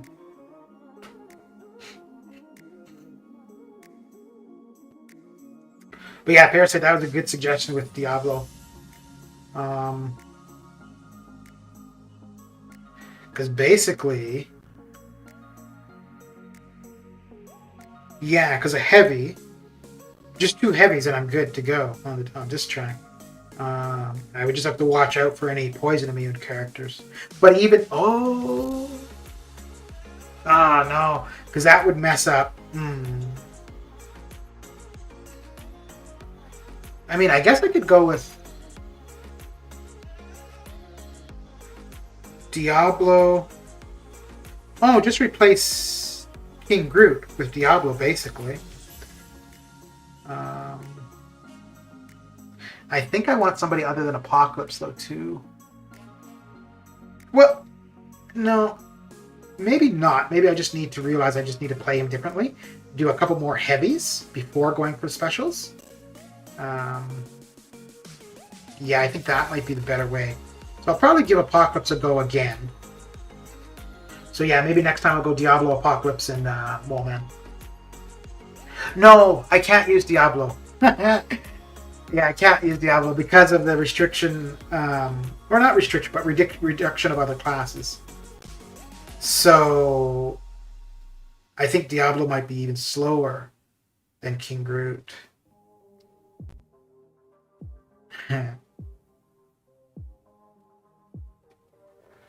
Yeah, because it's all classes except Cosmic and Mutant reduce their attack by 50%. So, yeah. No, maybe I'll try CGR rather than King Groot. The only thing there is I would still be relying on specials a ton. Yeah. At the end of the day, I just play better, it'll be fine. But I'm not going to rely on that to take care of it.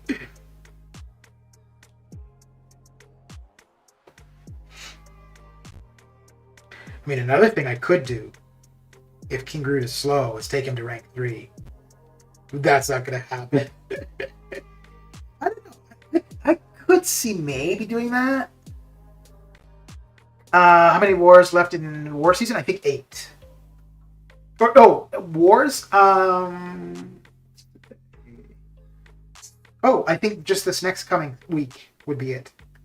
Because yeah, it's 8 days until the season is over. So that would be Thursday, Saturday, Monday. So 3.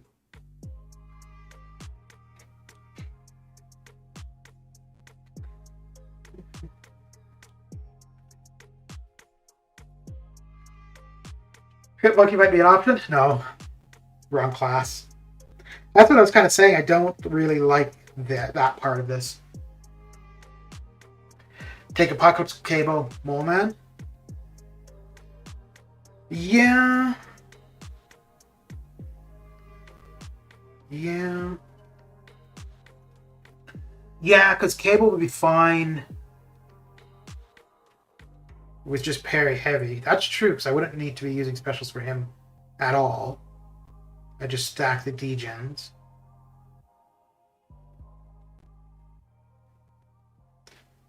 Yeah, I kind of want to do X23.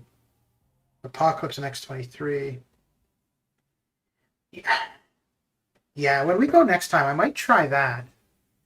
Make Cable Horseman, you don't need to worry about the suicides. It's true. Yeah. Yeah, I guess, I mean, at the end of the day, it is new content, so maybe I just need to look at it as using new champions. Champions I don't normally use. Yeah.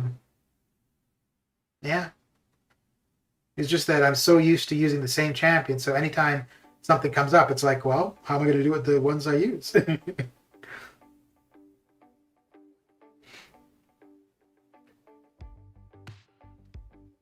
Oh! Ooh, that was, could have been bad.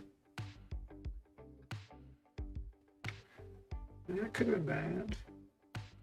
Yeah, so yesterday the only problem came from Yondu. Yondu took out King Groot, and I think I lost Apocalypse to him as well. And he just would not throw his special. And I kept getting backed up into the corner. It was so weird. I don't think I'd ever seen somebody that reluctant to use their special. And I was getting right to a bar of power, not block. It was, yeah. It was really getting on my nerves. But I think, yeah, yesterday that was the only fight. Oh, I think I died in Section 3. Yeah, I lost. No, I didn't lose Mole Man in Section 3. I'm trying to start looking for alliances. Yeah, being ahead of the game is definitely a good idea. For sure. On my Discord, there's a channel there. It's just the alliance recruitment from the Kabam forums. And I think I've got it set so it's anything within 3 days that was posted. We're looking for alliances. It used to be the Kabam forums and the Reddit thread, but I don't think the Reddit thread comes through anymore.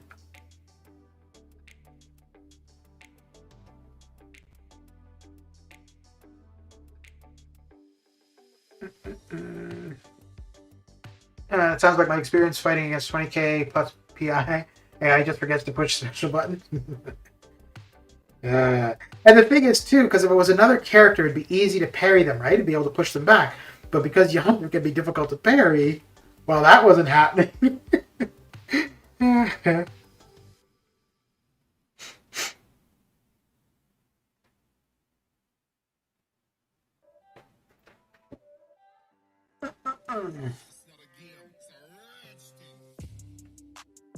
Ooh, so what do you guys think about the gifting event restrictions? And I mean, I knew that there was a level requirement before. I didn't realize, I think it was quite a bit lower, like level 5 or level 15 or whatever. But now it's going to be level 40. And we had talked about on stream previously that it would probably be accounts created, before the early act changes. So it's only accounts created before November 20th that are going to be able to do the gifting. Which, I mean, all that means is that somebody who starts an account like right now can't participate. Which, in all honesty, if you just started an account, like if you've never played the game previously, I don't really know how relevant gifting would be for you that early on. Where in the Discord? Oh crap, I didn't even realize I had Discord open. Okay, let me see here.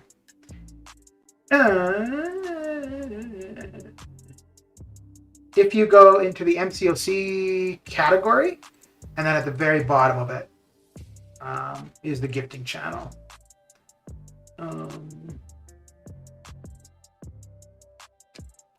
Let me see. I don't know if you need a specific role to access that channel. Let me see. Oh, yeah. So you need the role recruitment and incursion partners. So if you don't have that role, you can just pick that role from the the MCOC roles. Yeah. Yeah. Yeah, you can just pick it from there. I need to take a look and see why the Reddit posts aren't going through.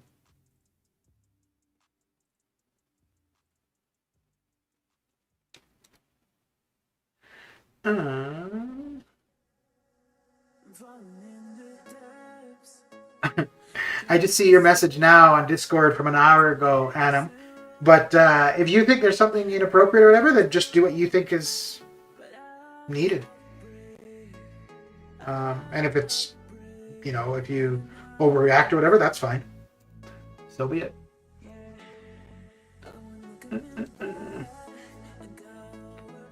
Okay. But yeah, as time goes on, and people try different counters and whatnot for map 8, I think what is considered the best option right now, that's going to evolve, and then as we get new champions and so on and so forth. Was going through, I can't see any other options apart from King Groot, CGR, and Terrax in Cosmic.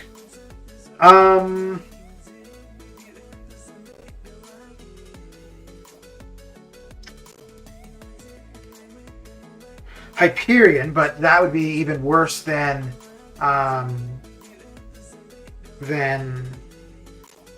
Apocalypse. Hyperion without suicides would be fine for it. You just keep throwing your L1. Oh wait, yeah. Just keep throwing your L1 with Hyperion. Well, L1 or L2 because you get your armor break on the L2. So the reason why King Groot is good for it is just that if you've got your Furies and you throw your L1, your armor breaks become permanent. So that's why he's going to be good.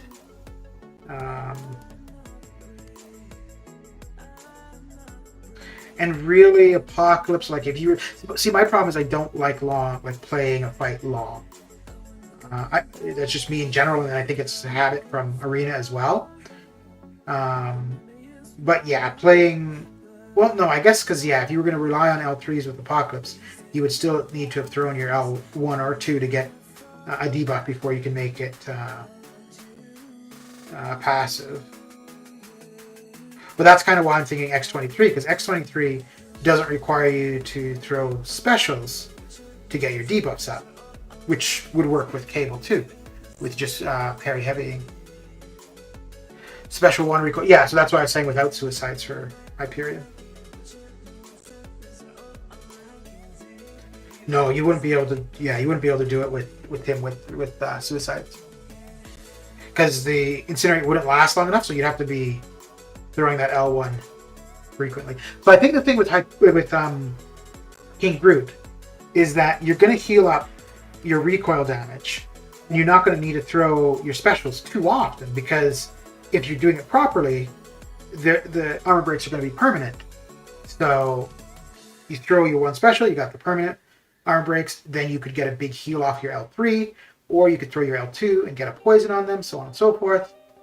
And I think what I need to do with him is just accept that it's going to take forever and use the L1, get the armor breaks up, and then probably go to an L1 or 2 L2s for one fight, and then the next fight, L1, and then go to an L3 to heal up the recoil.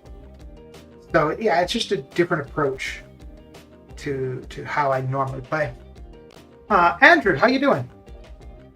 I need help. Which 6 stars should I take from this Nexus? They're all new.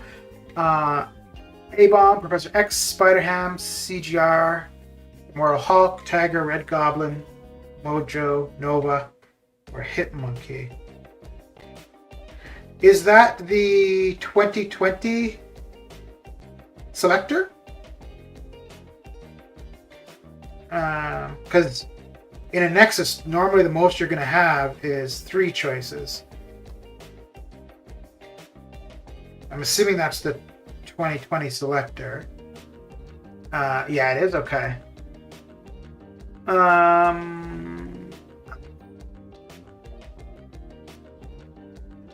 So you should also have Apocalypse there. Maybe you already have him. I Oh, yeah, I definitely can't tell you who to take.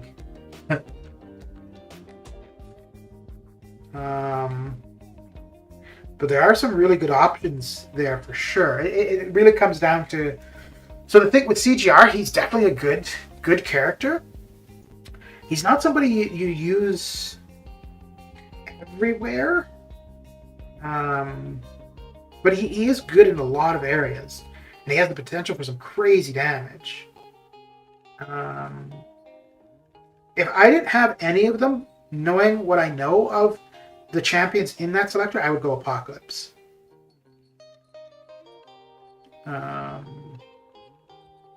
Yeah. But so it might just be that you haven't seen every character, because that's not all of the characters from 2020. So Apocalypse would be there. I don't know if you said I-Bomb. If it was 20, yeah, there should be Apocalypse. Yeah. No, that because you said that it was so you got this from the Cyber Weekend unit offers, correct? From the final unit offer.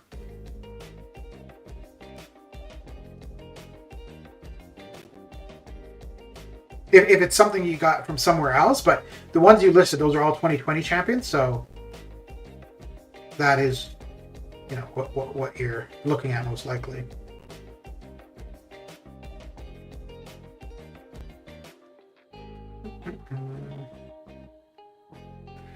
I don't know why I have Apocalypse. Oh, okay, so I see, you just don't want to choose Apocalypse. Okay, fair enough. Oh, wait, you can report them to BAM if it's a bug. If you can't find all 23, I got it from the unit offer and Apocalypse wasn't there, then yeah, report it to Kabam. I have no idea how they would deal with that, because they're not going to be able to respond right away. And I mean, obviously you want to make the selection, right?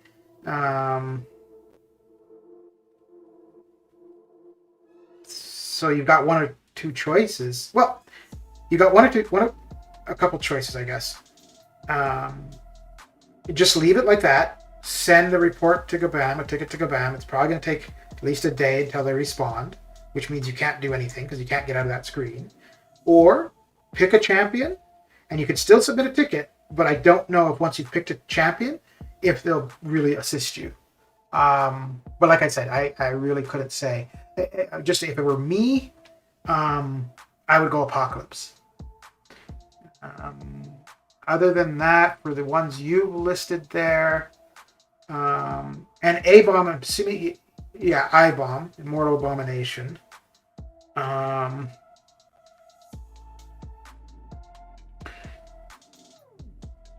Yeah, CGR would probably be the next one I would take. I would have chosen Apocalypse 2. He's really strong. Yeah, so if that is somebody you want, then definitely submit a ticket to Gabam. So don't pick anybody. Take a screenshot and then go through the process to submit a ticket and just add your screenshot. Or maybe even if I don't know if you'll be able to add a video, but maybe do a video where it shows that you've only got so many.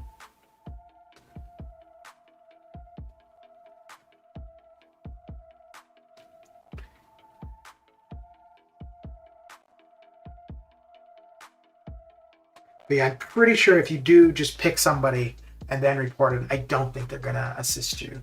But if you leave that there without picking a champion, you'll be more likely to have some kind of resolution from them.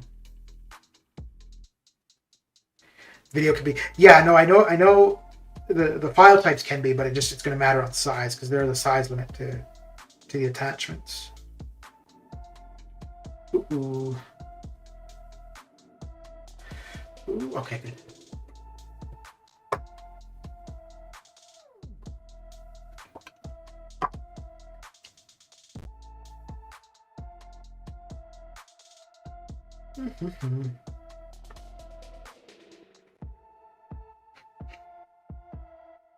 So was Apocalypse 2 you were planning to go with, Andrew?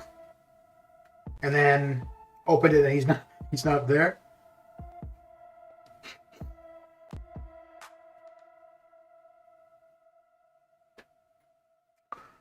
I am right now. Okay, yeah. Good luck. I hope it works out. And actually, if you remember, either way, whatever their response is, come back to the channel and let us know. Or you can just leave a comment on whatever my most recent video is and just let me know how it worked out.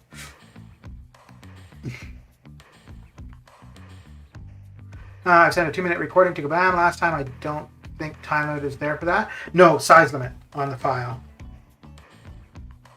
Wait, where was... Uh-oh. Was that for War or AQ? Because War, I think... Oh, okay, okay. So, oh, damn. Holy crap. Well, we've cleared a bunch. Alright, well, I'm not going to do any fights, but I'll move up because that will save him energy.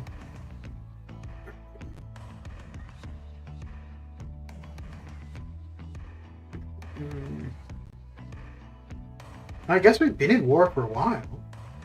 Huh. Okay. This is going to be an interesting war. I have a feeling we're not going to get the win out of this, though. I mean, they're only 10 fights in, but if they had 1 or 2 deaths at 10, I would feel a little bit more comfortable. But we're at 56 and we got 7 deaths, though. Oh, damn, we are moving fast and everything.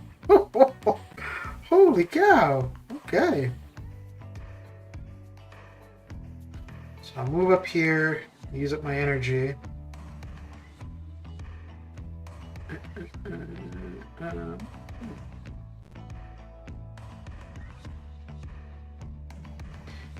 Yeah, this fight was fine last time, but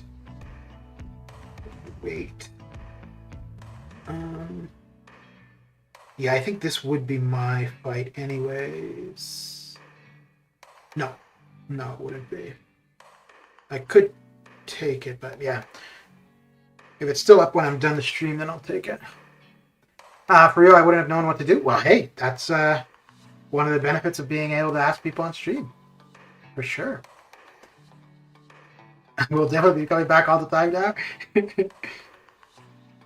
Well, let's just hope the response isn't, no, you're not allowed to submit tickets. We're going to ban your account. Because you're going to be like, that's the worst advice I've ever been given. That was so fast in War. I know, dude.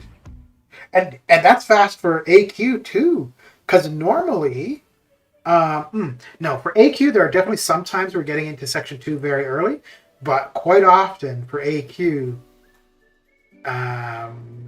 I'm thinking about it's bedtime and we're getting into Section 2.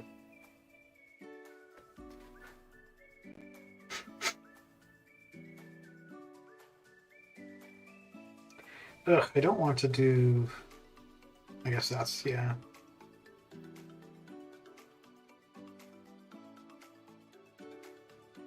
Yeah, hopefully they're able to respond to you pretty quick because... yeah, there's really, like, with that selector up, there's nothing else you can do in the game, right? So, yeah. Because I think even if you relog, I think it's still going to just come up with that screen as soon as you come back in. TP, how you doing? How you doing? You're on a different time today? Yes, I am.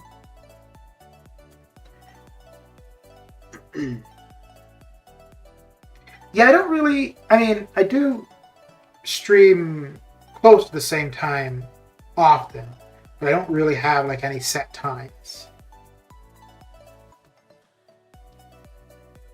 Wait, is that... Uh-oh, I'm not going to be able to see what I wanted to see. Pulled 6-star hit monkey, very happy. Ooh, very good.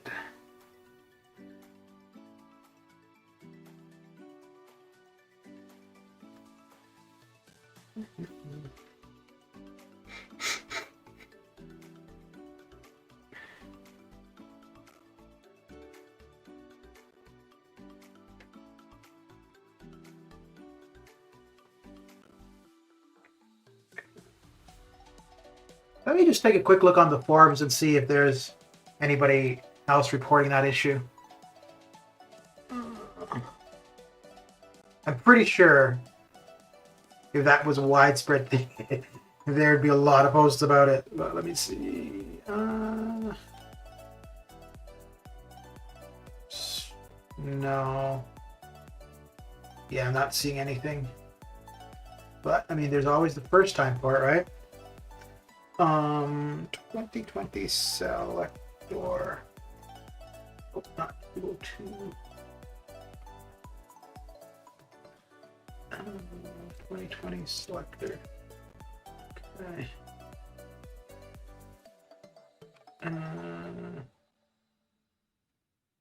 Yeah, I don't see anything there in regards to it. Okay.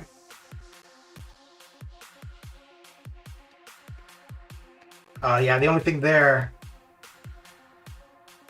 is just people asking before we knew for sure. Just people asking if it was all the champions from 2020.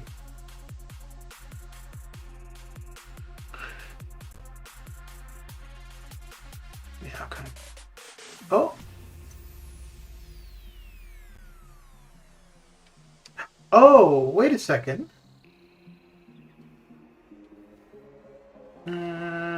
Here, let me just bring up the one post I'm seeing on the forums about it.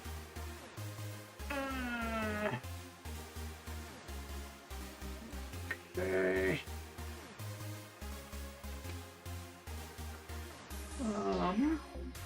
So they're just kind of discussing it.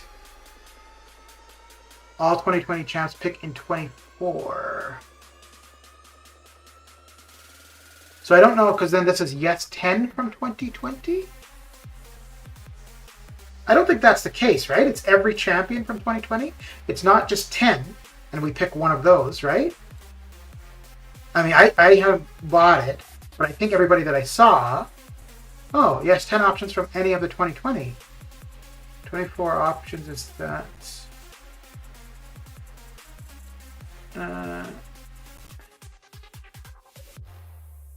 Okay, yeah, so there's some... One of 24. Okay, yeah.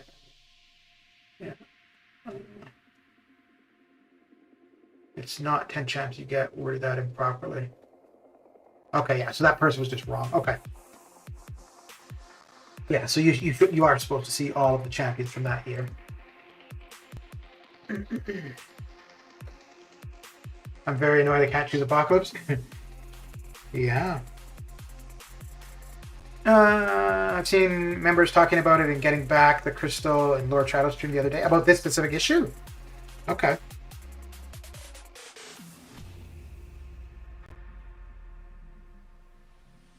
Yeah, like, I mean, I have no idea how they're going to respond to your ticket, but if you've made a selection, I could see them just saying, you know, okay, no, that they can't help you. But as long as that screen is there and it's only having, you know, a limited amount when you should have all of the characters available, well then, yeah, it's definitely to them to resolve that.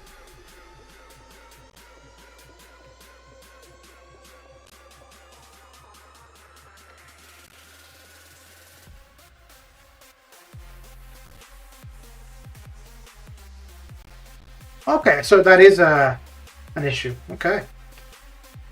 And that makes sense. I mean, yeah, I could see them having that problem. Because most likely the way that crystal was set up, well, no, because it's not a Nexus, right? It's not. It's just a crystal with all of the champions. But I was thinking, like, if it was a Nexus type crystal, and currently the largest selection from a Nexus is 10, and that could be why. But yeah, I hope you get a resolution, and a quick resolution.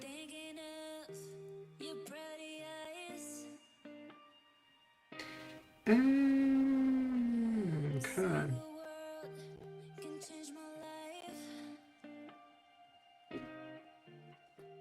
Oh, Forge, if you're still there, did you find the channel for the recruitment?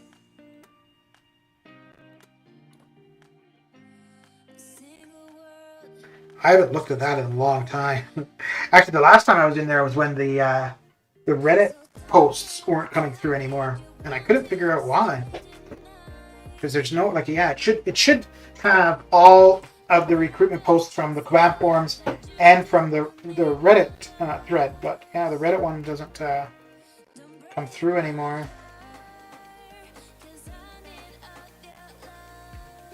Ooh, another good area to look for an alliance would be the MCOC UMCOC Discord, and they've got a channel there for recruitment. That would be another good place to go, just because you've got so many people on that Discord. And you know what you could also do? You might not even be there, so I'm saying all this for no reason. But another thing you could do is just make a post on the forums yourself. You know, say, this is, you know, what my prestige is, what I'm looking for, and yeah, and then alliances would contact you. My favorite track would be 0. Oh, 75% done with the stream. Yeah, I was thinking I was going to get a little bit more than 4 million, but I'm just barely going to get over 4 million. No, I've got to get more because I can get 5 million with a full run of the 5 stars. Now, I did use some 5 stars to get the 6 star, or to get the featured arena started, but shouldn't have been that many.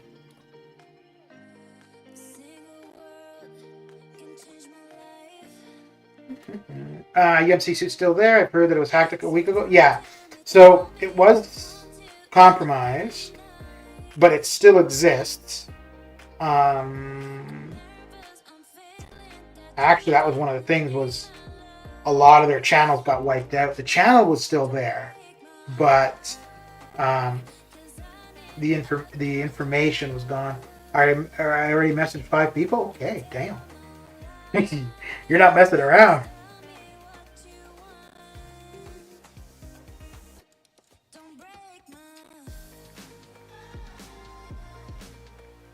Yeah, and I think I have the channel set to, if a post is older than either 3 or 5 days, it gets removed. Because for the most part, within probably a day or 2,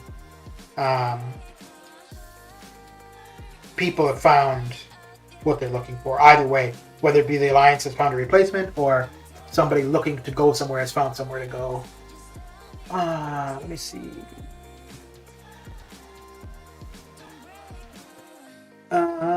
Looking for members, looking for alliances. Yeah, so those channels are still there. Boy. Yeah, so looking for alliance. So I guess that happened on the 14th, because that's as far back as the messages go. Let's see, looking for members should probably be the same thing.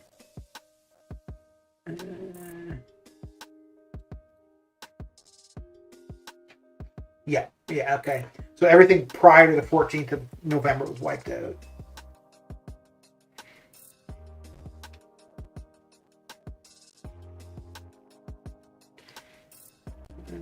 One person replied, the alliance was low prestige, 12.4. The alliance? Okay, so your prestige is higher than the alliance's.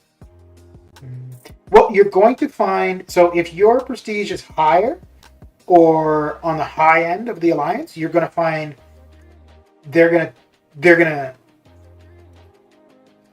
seek you out a lot quicker than if your alliance is, or than if your prestige is lower or middle of the pack for the alliance.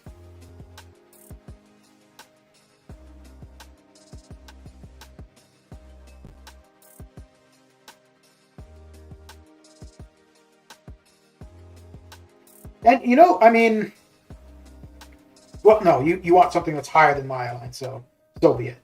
But if what my alliance was is what you were looking for, I'd say even though, and he wasn't rude to you, right? He just didn't respond. Which, okay, yes, that's rude. But I mean, it wasn't as though, you know, you had an argument with somebody or whatever.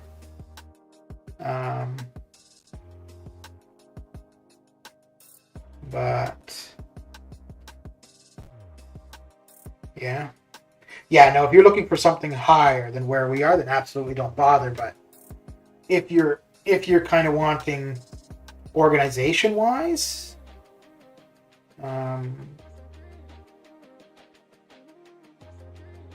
this is definitely one of the better ones I've seen.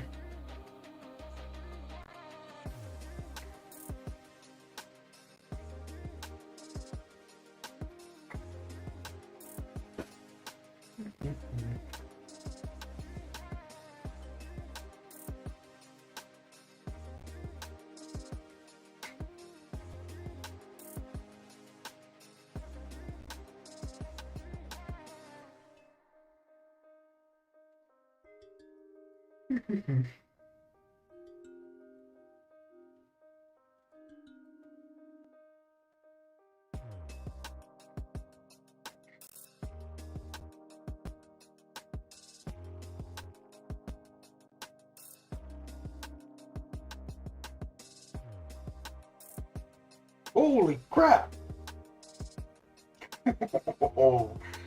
She wasn't messing around with that special.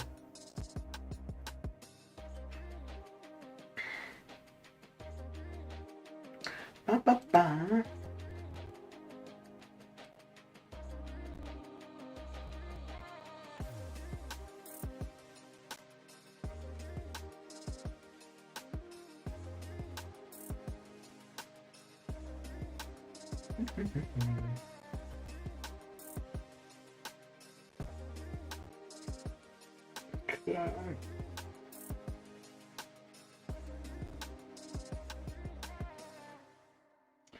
Um,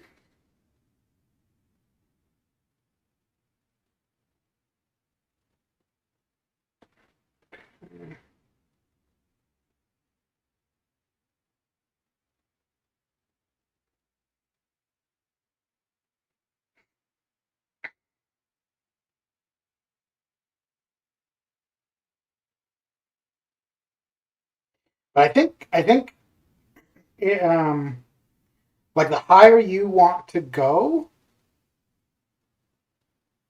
So you said your prestige is 12.9, right?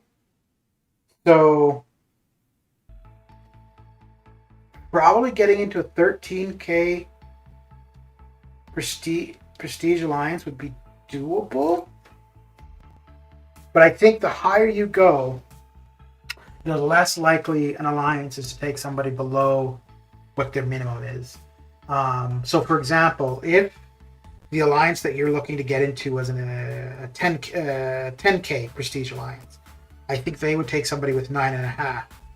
If you're looking to get into a 13K prestige alliance, they're probably not going to take somebody at 12.5. Well, and I mean also because the higher you go, the more selective they can be, right? So 13K, nice. Very nice. So yeah, so yeah, a 13K prestige alliance should be, hey, yeah, join us. Unfortunately, they're going to want the person at 13.5 or 13.7, right? Yeah. But hopefully it works out.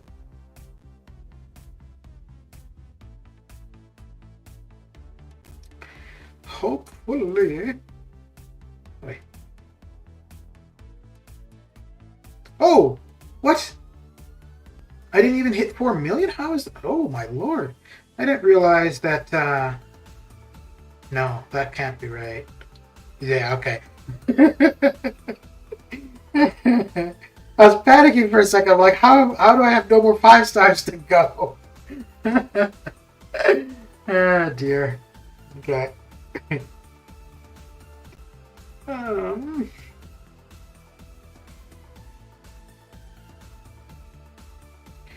okay.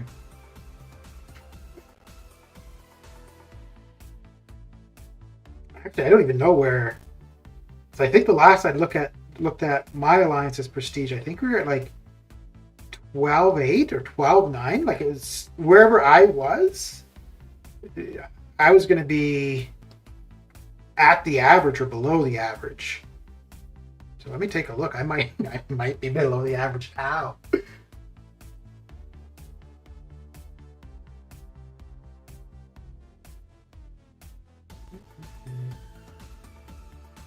I don't know how I selected just tech champions. But yeah, I was like, this is not right.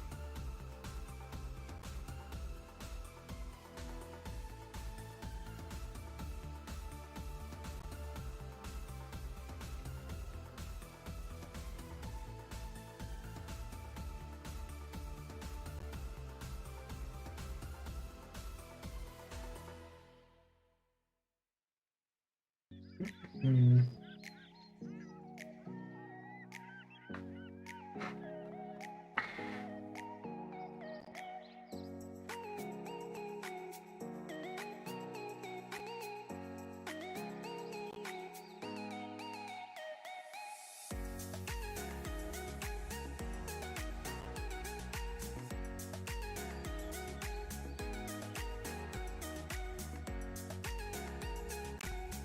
You know, with for Ladies and gentlemen, map 8, oh, Parasite, you haven't been following on Twitch all this time?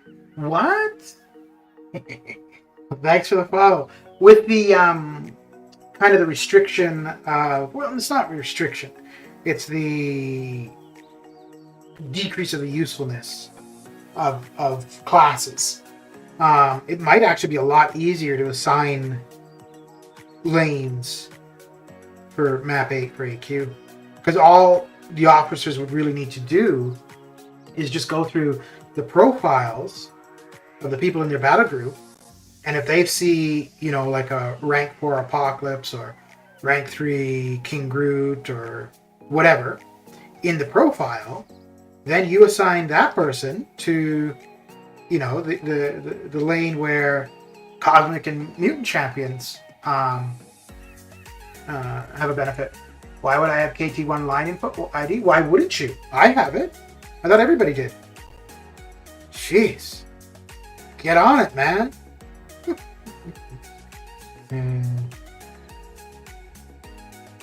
Oh, a little bit too soon. Little bit too soon. Isn't he joining a 14K procedure? Damn.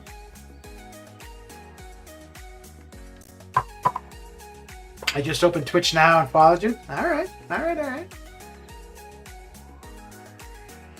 Yeah, it still amazes me how quick the Twitch channel's grown over the YouTube channel.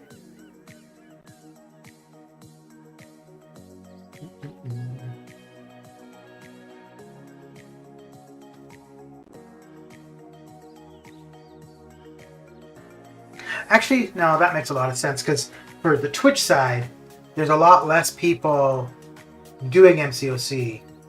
So whenever you do come across it, yeah, you're going to be more likely to follow. Whereas on the YouTube side, there's so many more options. So you're probably not going to look for somebody streaming unless it's somebody you're already subscribed to on the YouTube side.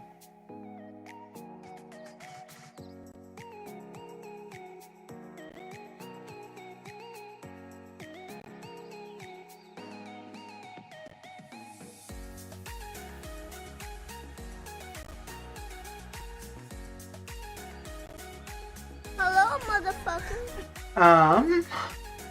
Andrew, thank you for the sub. I have to tell my leader that I'll be leaving after war season ends. Yeah, you do.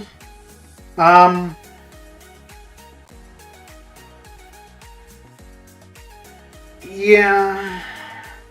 A lot of people wait until the season has ended. I think usually because people are worried, you know, if I say something beforehand, are they going to just kick me?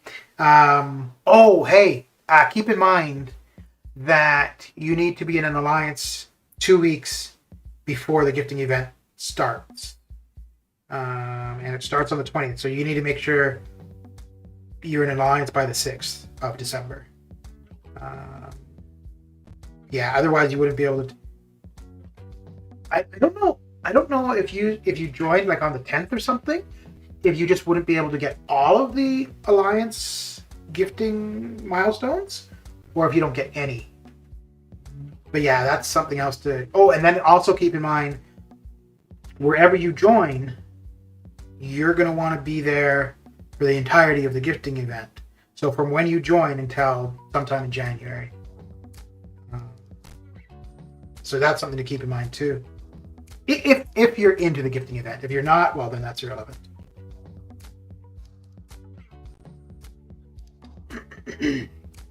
But yeah,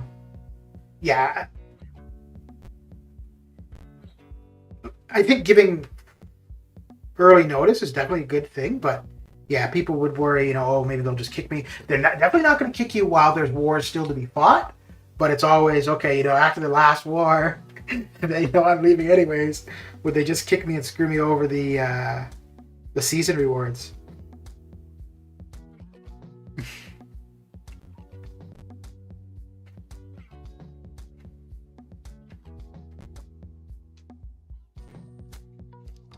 So will you tell them that you're leaving before you find somewhere to go, or you'll wait until you found somewhere to go and then tell them?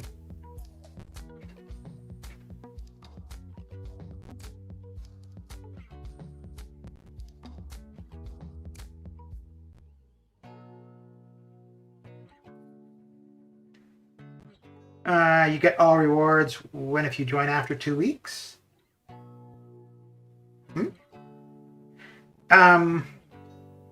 So the gifting event starts on the 20th, but if you were in an alliance on the 15th, yeah, I don't know if it means that you don't get any or you would get less. But the way their wording is, you have to be in an alliance for 2 weeks prior to gifting starting to be able to get the alliance milestones.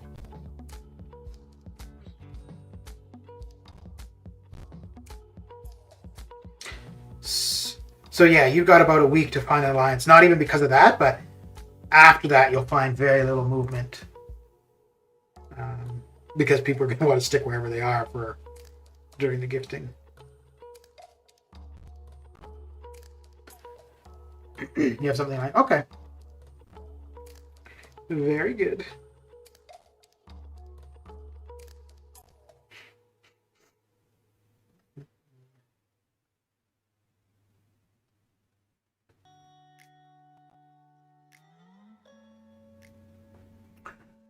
When does gifting end? So it goes for a week. It starts on the 20th, so the 27th. Let's see. Let us see. Yeah. Celebrate 60 should be in the alliance. That is what for last time after, yeah.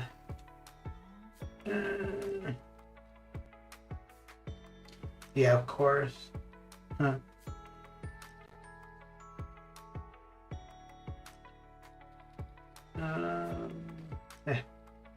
Okay, so they made the post. There's a bunch of questions because we all know they're terrible at communicating. But let me bring up the thing here.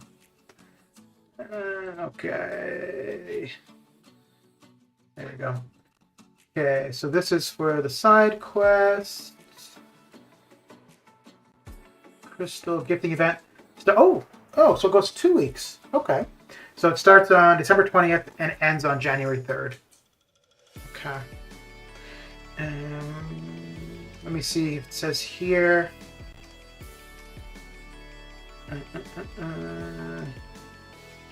Okay, so I think it's the in-game message where it says...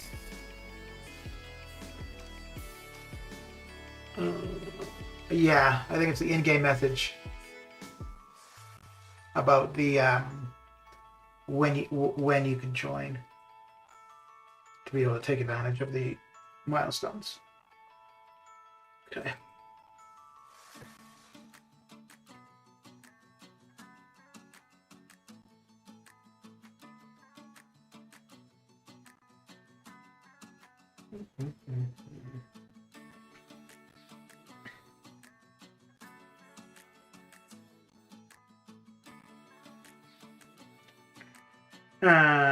Gifting ends next month, but the rewards you get is 1 week. Yeah. Well, I don't think they set a specific time when the rewards would be out. So, just that the rewards would be delayed. So, this is one of the things that really annoys me about them. They never, or I shouldn't say never, they often have information in different places, but it's not the same information. So, like, that's what's there on the forums. It's just simply the start and end date. Good. But then the in-game thing, the in-game notice is where they say, you've got to be in the alliance 2 weeks prior. Is it here? Yeah.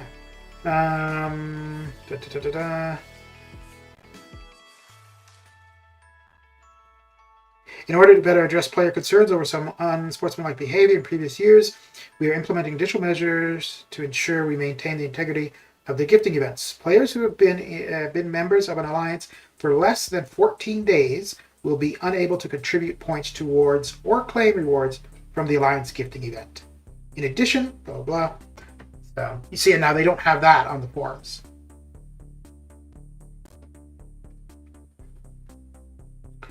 Okay.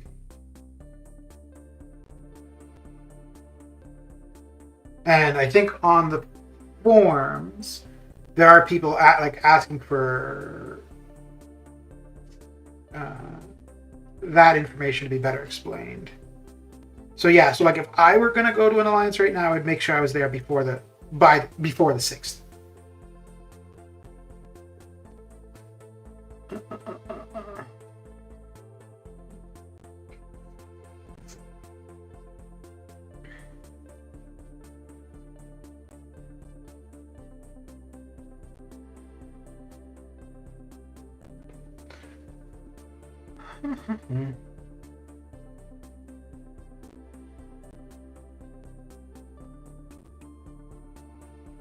Oh, I see what you guys are saying about when the season ends, right? The season should be over before the 6th. Because the season would be... Oh, maybe not. No, yeah. Because the season ends on the 8th. And the 6th is on the Monday. The 8th is the Wednesday. Yeah.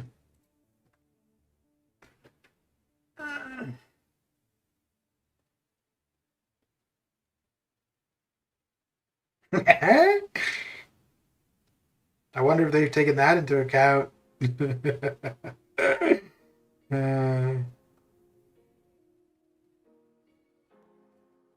See, and that's the thing, because the wording, I mean, I don't think this is how it would work, but the wording of it would suggest that, yeah, if you're not in there 14 days before the 20th, you get no alliance rewards. I think what it would be is that you would get less alliance milestones. But the way it's worded suggests that you get absolutely nothing. Let's go back to the forums, because now that I'm thinking about that, I'm sure that was brought up in that thread. Which, I mean, hey, maybe that's what they, they're fine with that, right? Which, so be it. Let's see.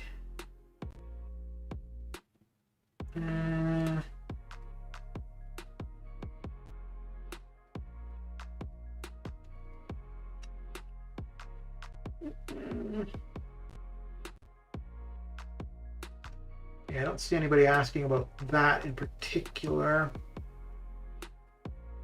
Oh, please confirm the anniversary boost gold battleships will be part of anniversary week. Last year it was specifically mentioned but not present in this post. Don't worry, summoners, there won't be a boost this year, but it's because we're still hammering down the details on something else. If you've been sitting on your gold crystals, keep holding on to them. Okay. We get nothing if we don't join before. Yeah, that's what I'm saying. Like the way that's worded, but I don't know, man. Like I think you should still get something. But yeah, I mean, you're better to go by how it's actually worded rather than by how you think it should work.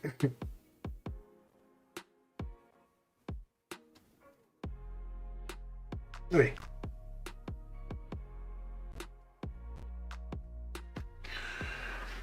I read it as you can't contribute after you've been there for 2 weeks, then you can contribute. Yeah, no, it's nothing about the contribution. It's just about whether you'll be eligible to receive the milestones for the alliance from the alliance.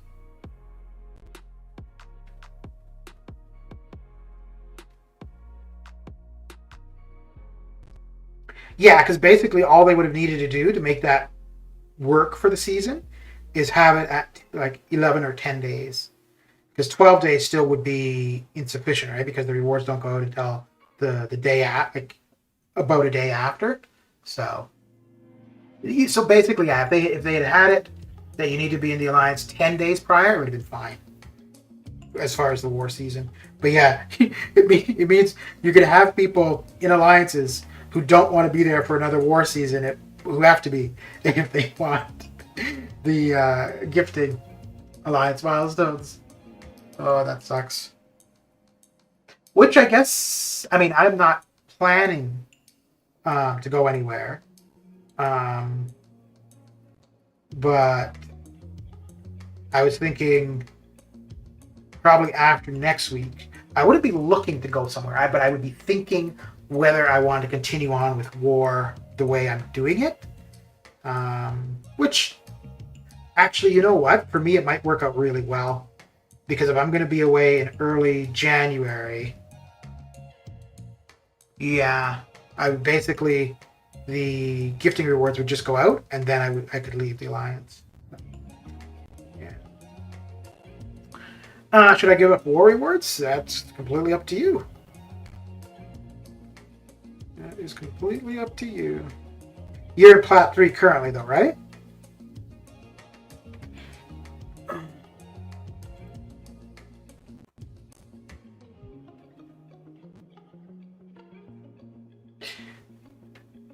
I think for me, the only reason I would like change an alliance, meaning I would miss out on a month's worth of contribution. Yeah, it kind of depends where you are. If you're at a lower bracket where the rewards aren't that impactful, then sure. But if you're somewhere you're Plat 4, so for me, the 2 T5B, no, I wouldn't want to give up on. No, I want those T5B. All of the other rewards, actually, I'd be okay with losing out on. The 6-star shards, the T5CC, the T2A, I'd be okay with. But no, I want those 2 T5B. So I would stay unhappy for a month in an alliance just to get those 2 T5B. And if you're going to a Plat 3 alliance, the rewards are a little bit better, but the majority, they're pretty much the same. It's still the same amount of T5B, T2A. I think you're going to get more 6-star shards. You would get a little bit more T5CC. But outside of that, yeah, there's not... Ooh, I am over 4 million. Okay. So yeah, I should be able to get to about 5. And then I'll run again tonight to get 3, and then we're done with the featured. And I don't think I'm going to touch... I might get started with Summer Trials later. Let me see.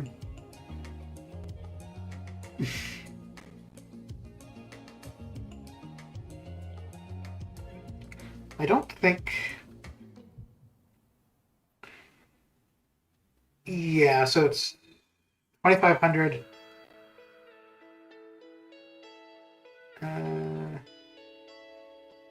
Yeah, so for me, it's only the T5B that I wouldn't want to give up. But yeah. The alliance that you're thinking to go to, where are they for war? Because yeah, even if you went to Plat 3, even if you went to Plat 2, I don't think the extra rewards you would get for the next season would be worth giving up the ones this. Yeah, no, it would be. No, because it'd be 5,000 6-star shards, and some T5CC. Yeah. No, you're better off sticking it out.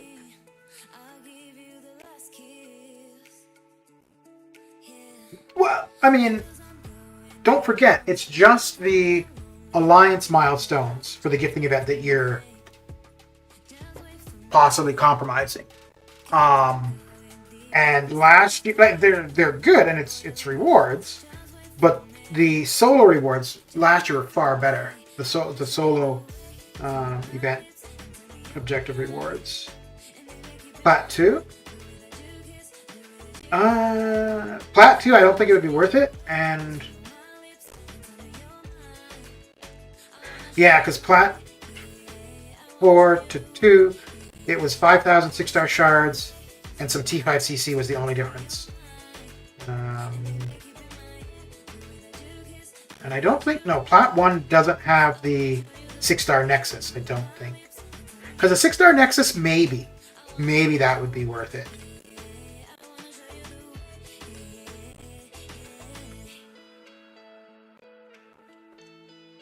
But I would do it only if, like,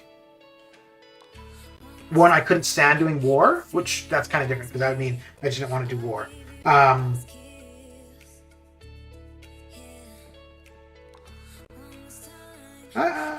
Yeah, like if I was just really unhappy there, but if I was really unhappy, it wouldn't matter what the rewards are.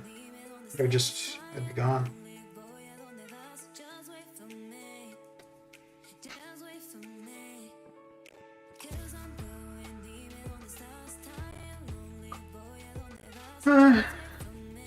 Plat 1 does get the 6-star Nexus.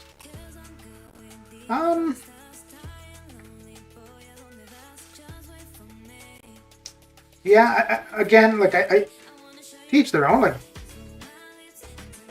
for me, it would only be if I'm just unhappy somewhere, or kind of like why I left the last alliance. Right? Was it just?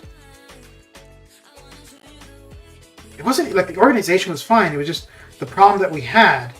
We just kept bringing people in that were unfamiliar with the map, and it wasn't changing. So.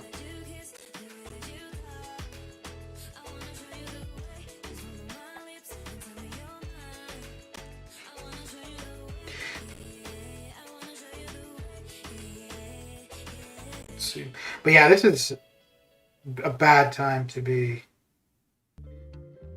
considering changing alliances because you never know if where you go they could screw you over. Okay, so that's a fair difference there, eh?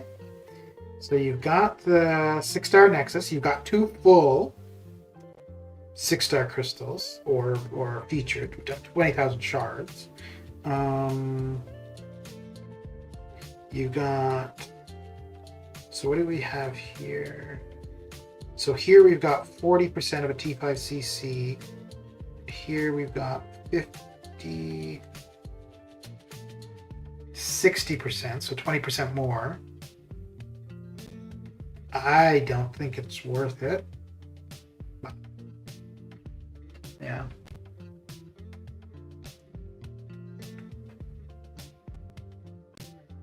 So you're flat for top 250, top 150 for AQ.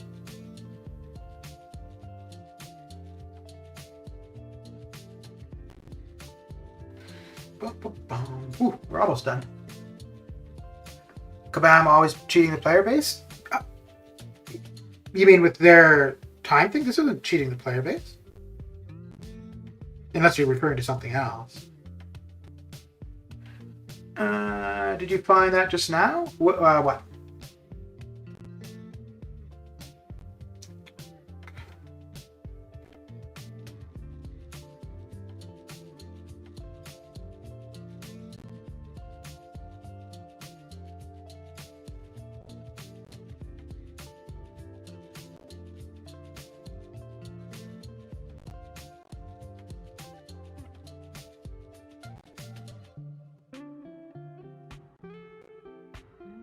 Rank 86. Okay, so it's still top 90. Yeah, I think you're fine just to stick it out there for another season.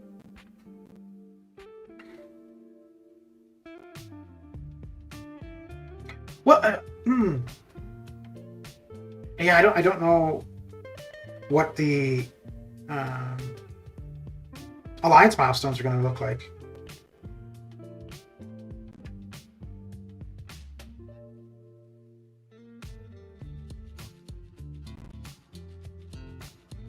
Because, yeah, if you were to leave and forego the season rewards, the reason you're doing that is to take advantage of...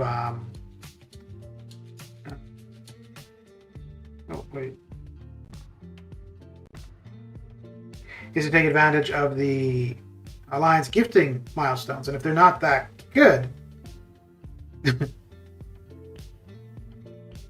then you could have just waited, because if you had missed out Yeah. So that's what it's going to really is going to be the decision maker, I suppose, whether or not you think that the Alliance milestone gifting rewards are going to be better than the season rewards. Okay, Part 1 had Nexus. I knew that the Masters did. But I mean, I don't normally look at the rewards for the brackets I'm not in, so I may have seen it at Plat 1 before. But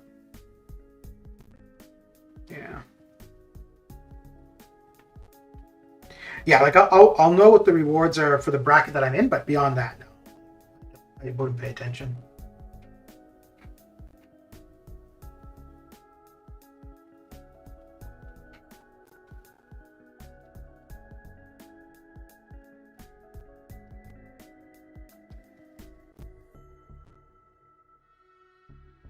I don't know if I could go another season with my alliance. Oh dear. Well, hey, then leave, be done with it. Here's the thing though, if you leave them now, that's screwing them over. That's completely screwing them over. Because there's no way they're getting somebody else in to replace you at this point. Wait a second. Yeah, no. Because we only got 3 wars left. So anybody who comes in, they wouldn't be able to get the season rewards. So you're not going to, yeah, they're not going to be able to replace you. So the rest of their season will be at 29. Plus that would screw them over for AQ as well. But, I mean, you got to look out for yourself, I guess.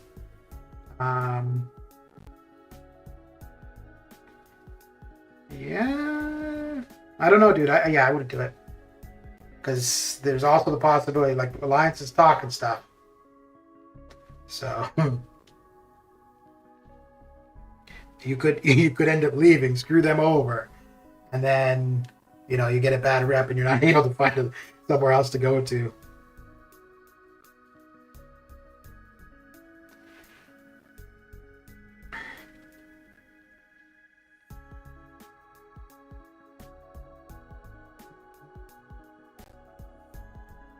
But it's like I told you before you moved to this alliance and the previous one, as long as you're just chasing after their rank and stuff, you're never going to be satisfied. Because, yeah, you'll get into the other alliance, you'll stay there for the gifting and the season, and then a month or two, there's going to be an alliance that's higher than them. So, but at least at that time, you wouldn't have to worry about the repercussions of like missing out on stuff necessarily.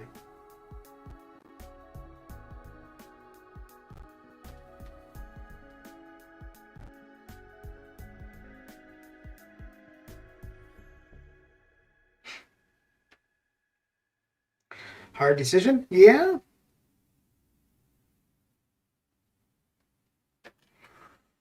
The war rewards are decent, but nothing amazing for the Plat 4, the Plat 1.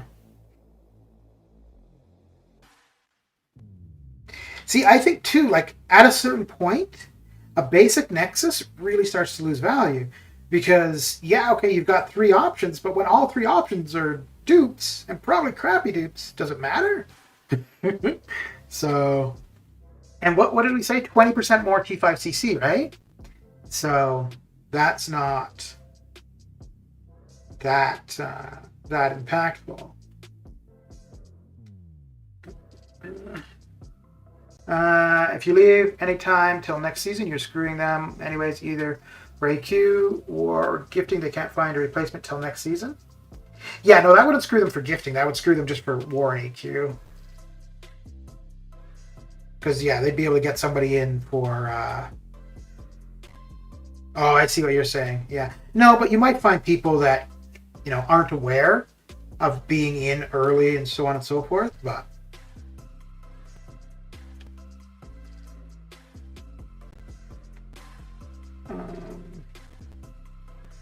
it's all based on my prestige.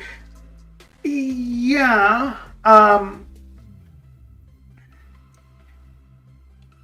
Yeah, I get what you're saying, but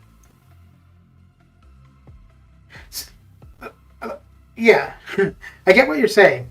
But like for me, I'd much prefer to grow with my alliance, as opposed to, because absolutely individuals are going to get better luck than the overall alliance, right? So an individual can have super high prestige in an alliance. And if all they're after is their higher and higher numbers, they're going to achieve that high prestige and then they're going to go to a higher alliance. Whereas if they're looking to grow with their alliance, meaning you're in the alliance at average or normal prestige for the alliance, right? And you grow further, but you stick it out, and then the rest of the alliance catches up to you. Because there is also the case where you're going to be, or you could be, below average for the alliance, but they stick it out with you until you come up to their prestige, right? So that's what I mean by, continually chasing the higher numbers. Because yeah, it's absolutely possible that your numbers are going to be higher than the alliances. So for example, the alliance that I was in where I did no war, my prestige was higher than that alliance. I was fine staying there until we weren't able to complete map 5. And it wasn't because of missing out on the rewards. It was just that if we missed, okay, map 8, fine. Like if we missed there, I think that's completely acceptable. This is our first week into it, so whatever. But wherever we are, if we're missing, but we're not changing anything to prevent from missing, I don't want to be there. It's not because of the missing on the rewards or anything like that. It's because we're not doing anything to improve. If we were missing every single week, but they're trying to make improvements, I think that's fine. No one enters the alliance after 6 till the end of gifting. No, you'll still have people coming and going. Just the way it is, right? Because some people just aren't going to care about that. And no one will enjoy the 4 season rewards, so basically screwing them for 2 seasons. No. It would only screw them over for the rest of this season. Whether it be somebody brought in an alt account or... No, there's absolutely... They're going to find... Now, there's going to be a big scramble over the next couple days.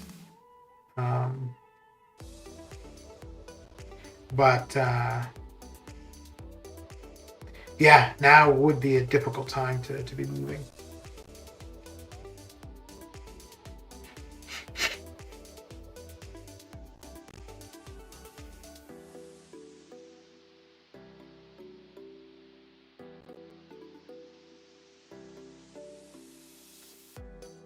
But like I said, you got to do what's best for you and for your account.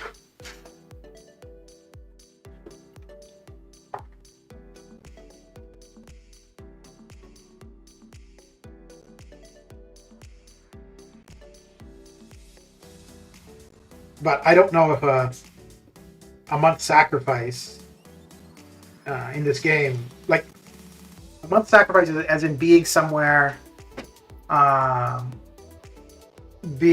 you don't really want to be, but not screwing over 29 other people. Like is that kind of sacrifice? Like if it's causing you anxiety, you can't sleep, yeah, screw it, leave, absolutely. But if it's just I could do better, but I don't want to stick it out for a month and do a little bit worse or whatever.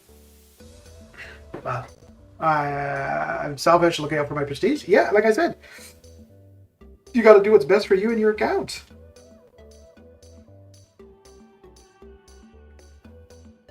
But just think if the roles were reversed, right? And there was like 6 wars left to the season. They found somebody that was much better at war than you or much higher prestige. And they're like, well, you're the bottom of the pack. So we're going to kick you out with 6 wars to go and bring in this other person. Well, that screws you over because you're probably not going to find a new alliance. So you just lost out on the season rewards.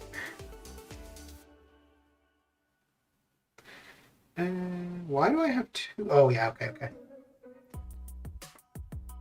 I know what you're saying, but I progress way faster than most people. I guess. I don't know if anybody can control how they progress, because it really just depends on who you get, right?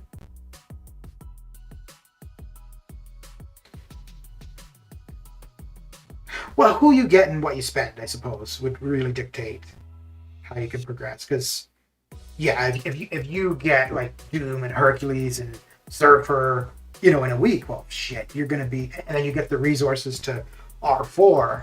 Well, yeah, Or if you spend, you know, thousands of dollars. But yeah, I mean, I've been places where I was high prestige in the Alliance and stayed at wherever I was prestige-wise for a long time. And then somebody like a second last in prestige or whatever, they have a good couple pulls. And then all of a sudden they're above me in prestige.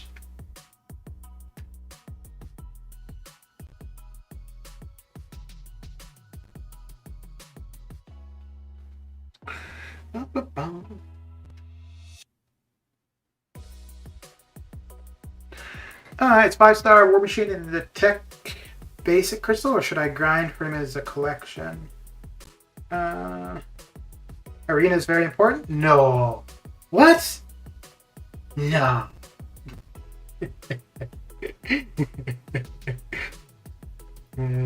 I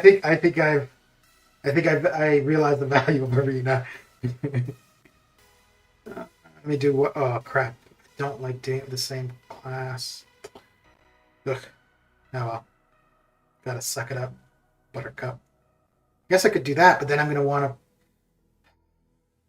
Yeah. Okay. 10K and 2K every 3 days. That not most people.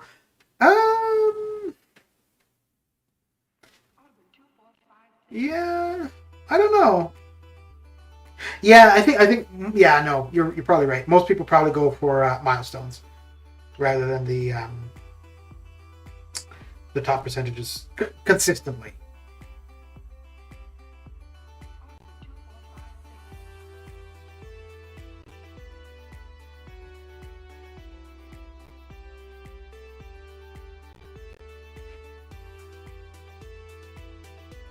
But even so, just getting shards doesn't dictate whether you get the champions that are worthwhile. It gives you more opportunities to get those champions for sure, but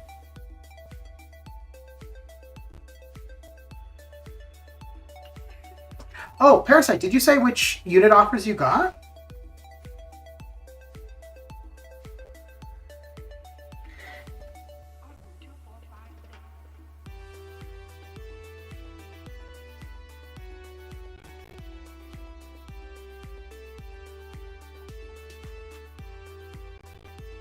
Oh, he was getting ready to give me a boot to the face there.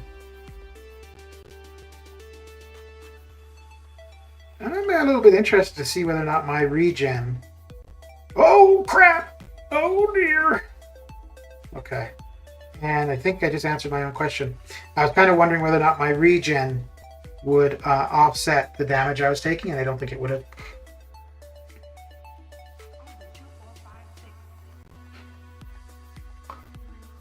Okay. Oh, so we should be pretty damn close to 5 million. Not bad. So yeah, I will be able to get through the basic all today. I think that might be the first time I've ever done that too. Yeah, because especially the last little while, I've only been running the basic once a day. Oh, why did I go in so early? Oh dear. Oh, it's okay. It's okay.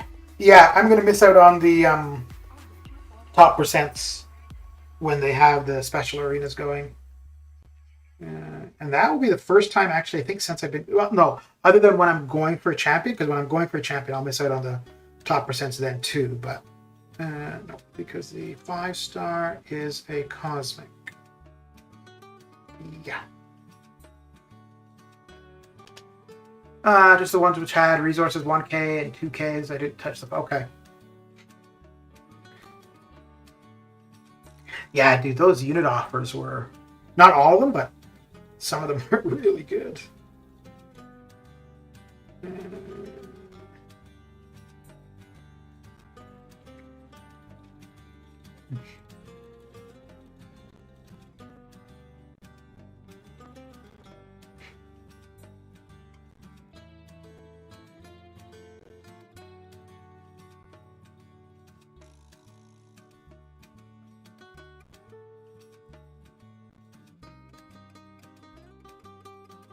And it sounds like the Christmas gift, we're going to have a little bit of choice there too.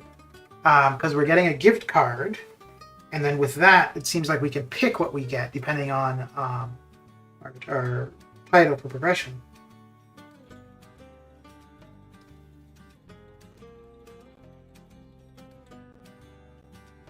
I know what's going to happen for me. Whatever it is, whether through the exchange stuff or gifting, I'm going to end up getting a skill awakening gem.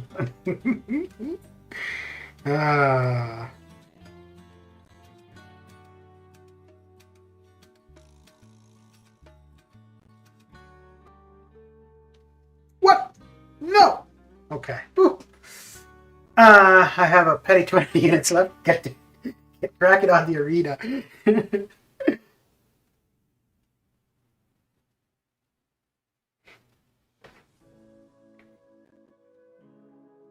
Yeah, I kept going back and forth about those sig stones. Yeah.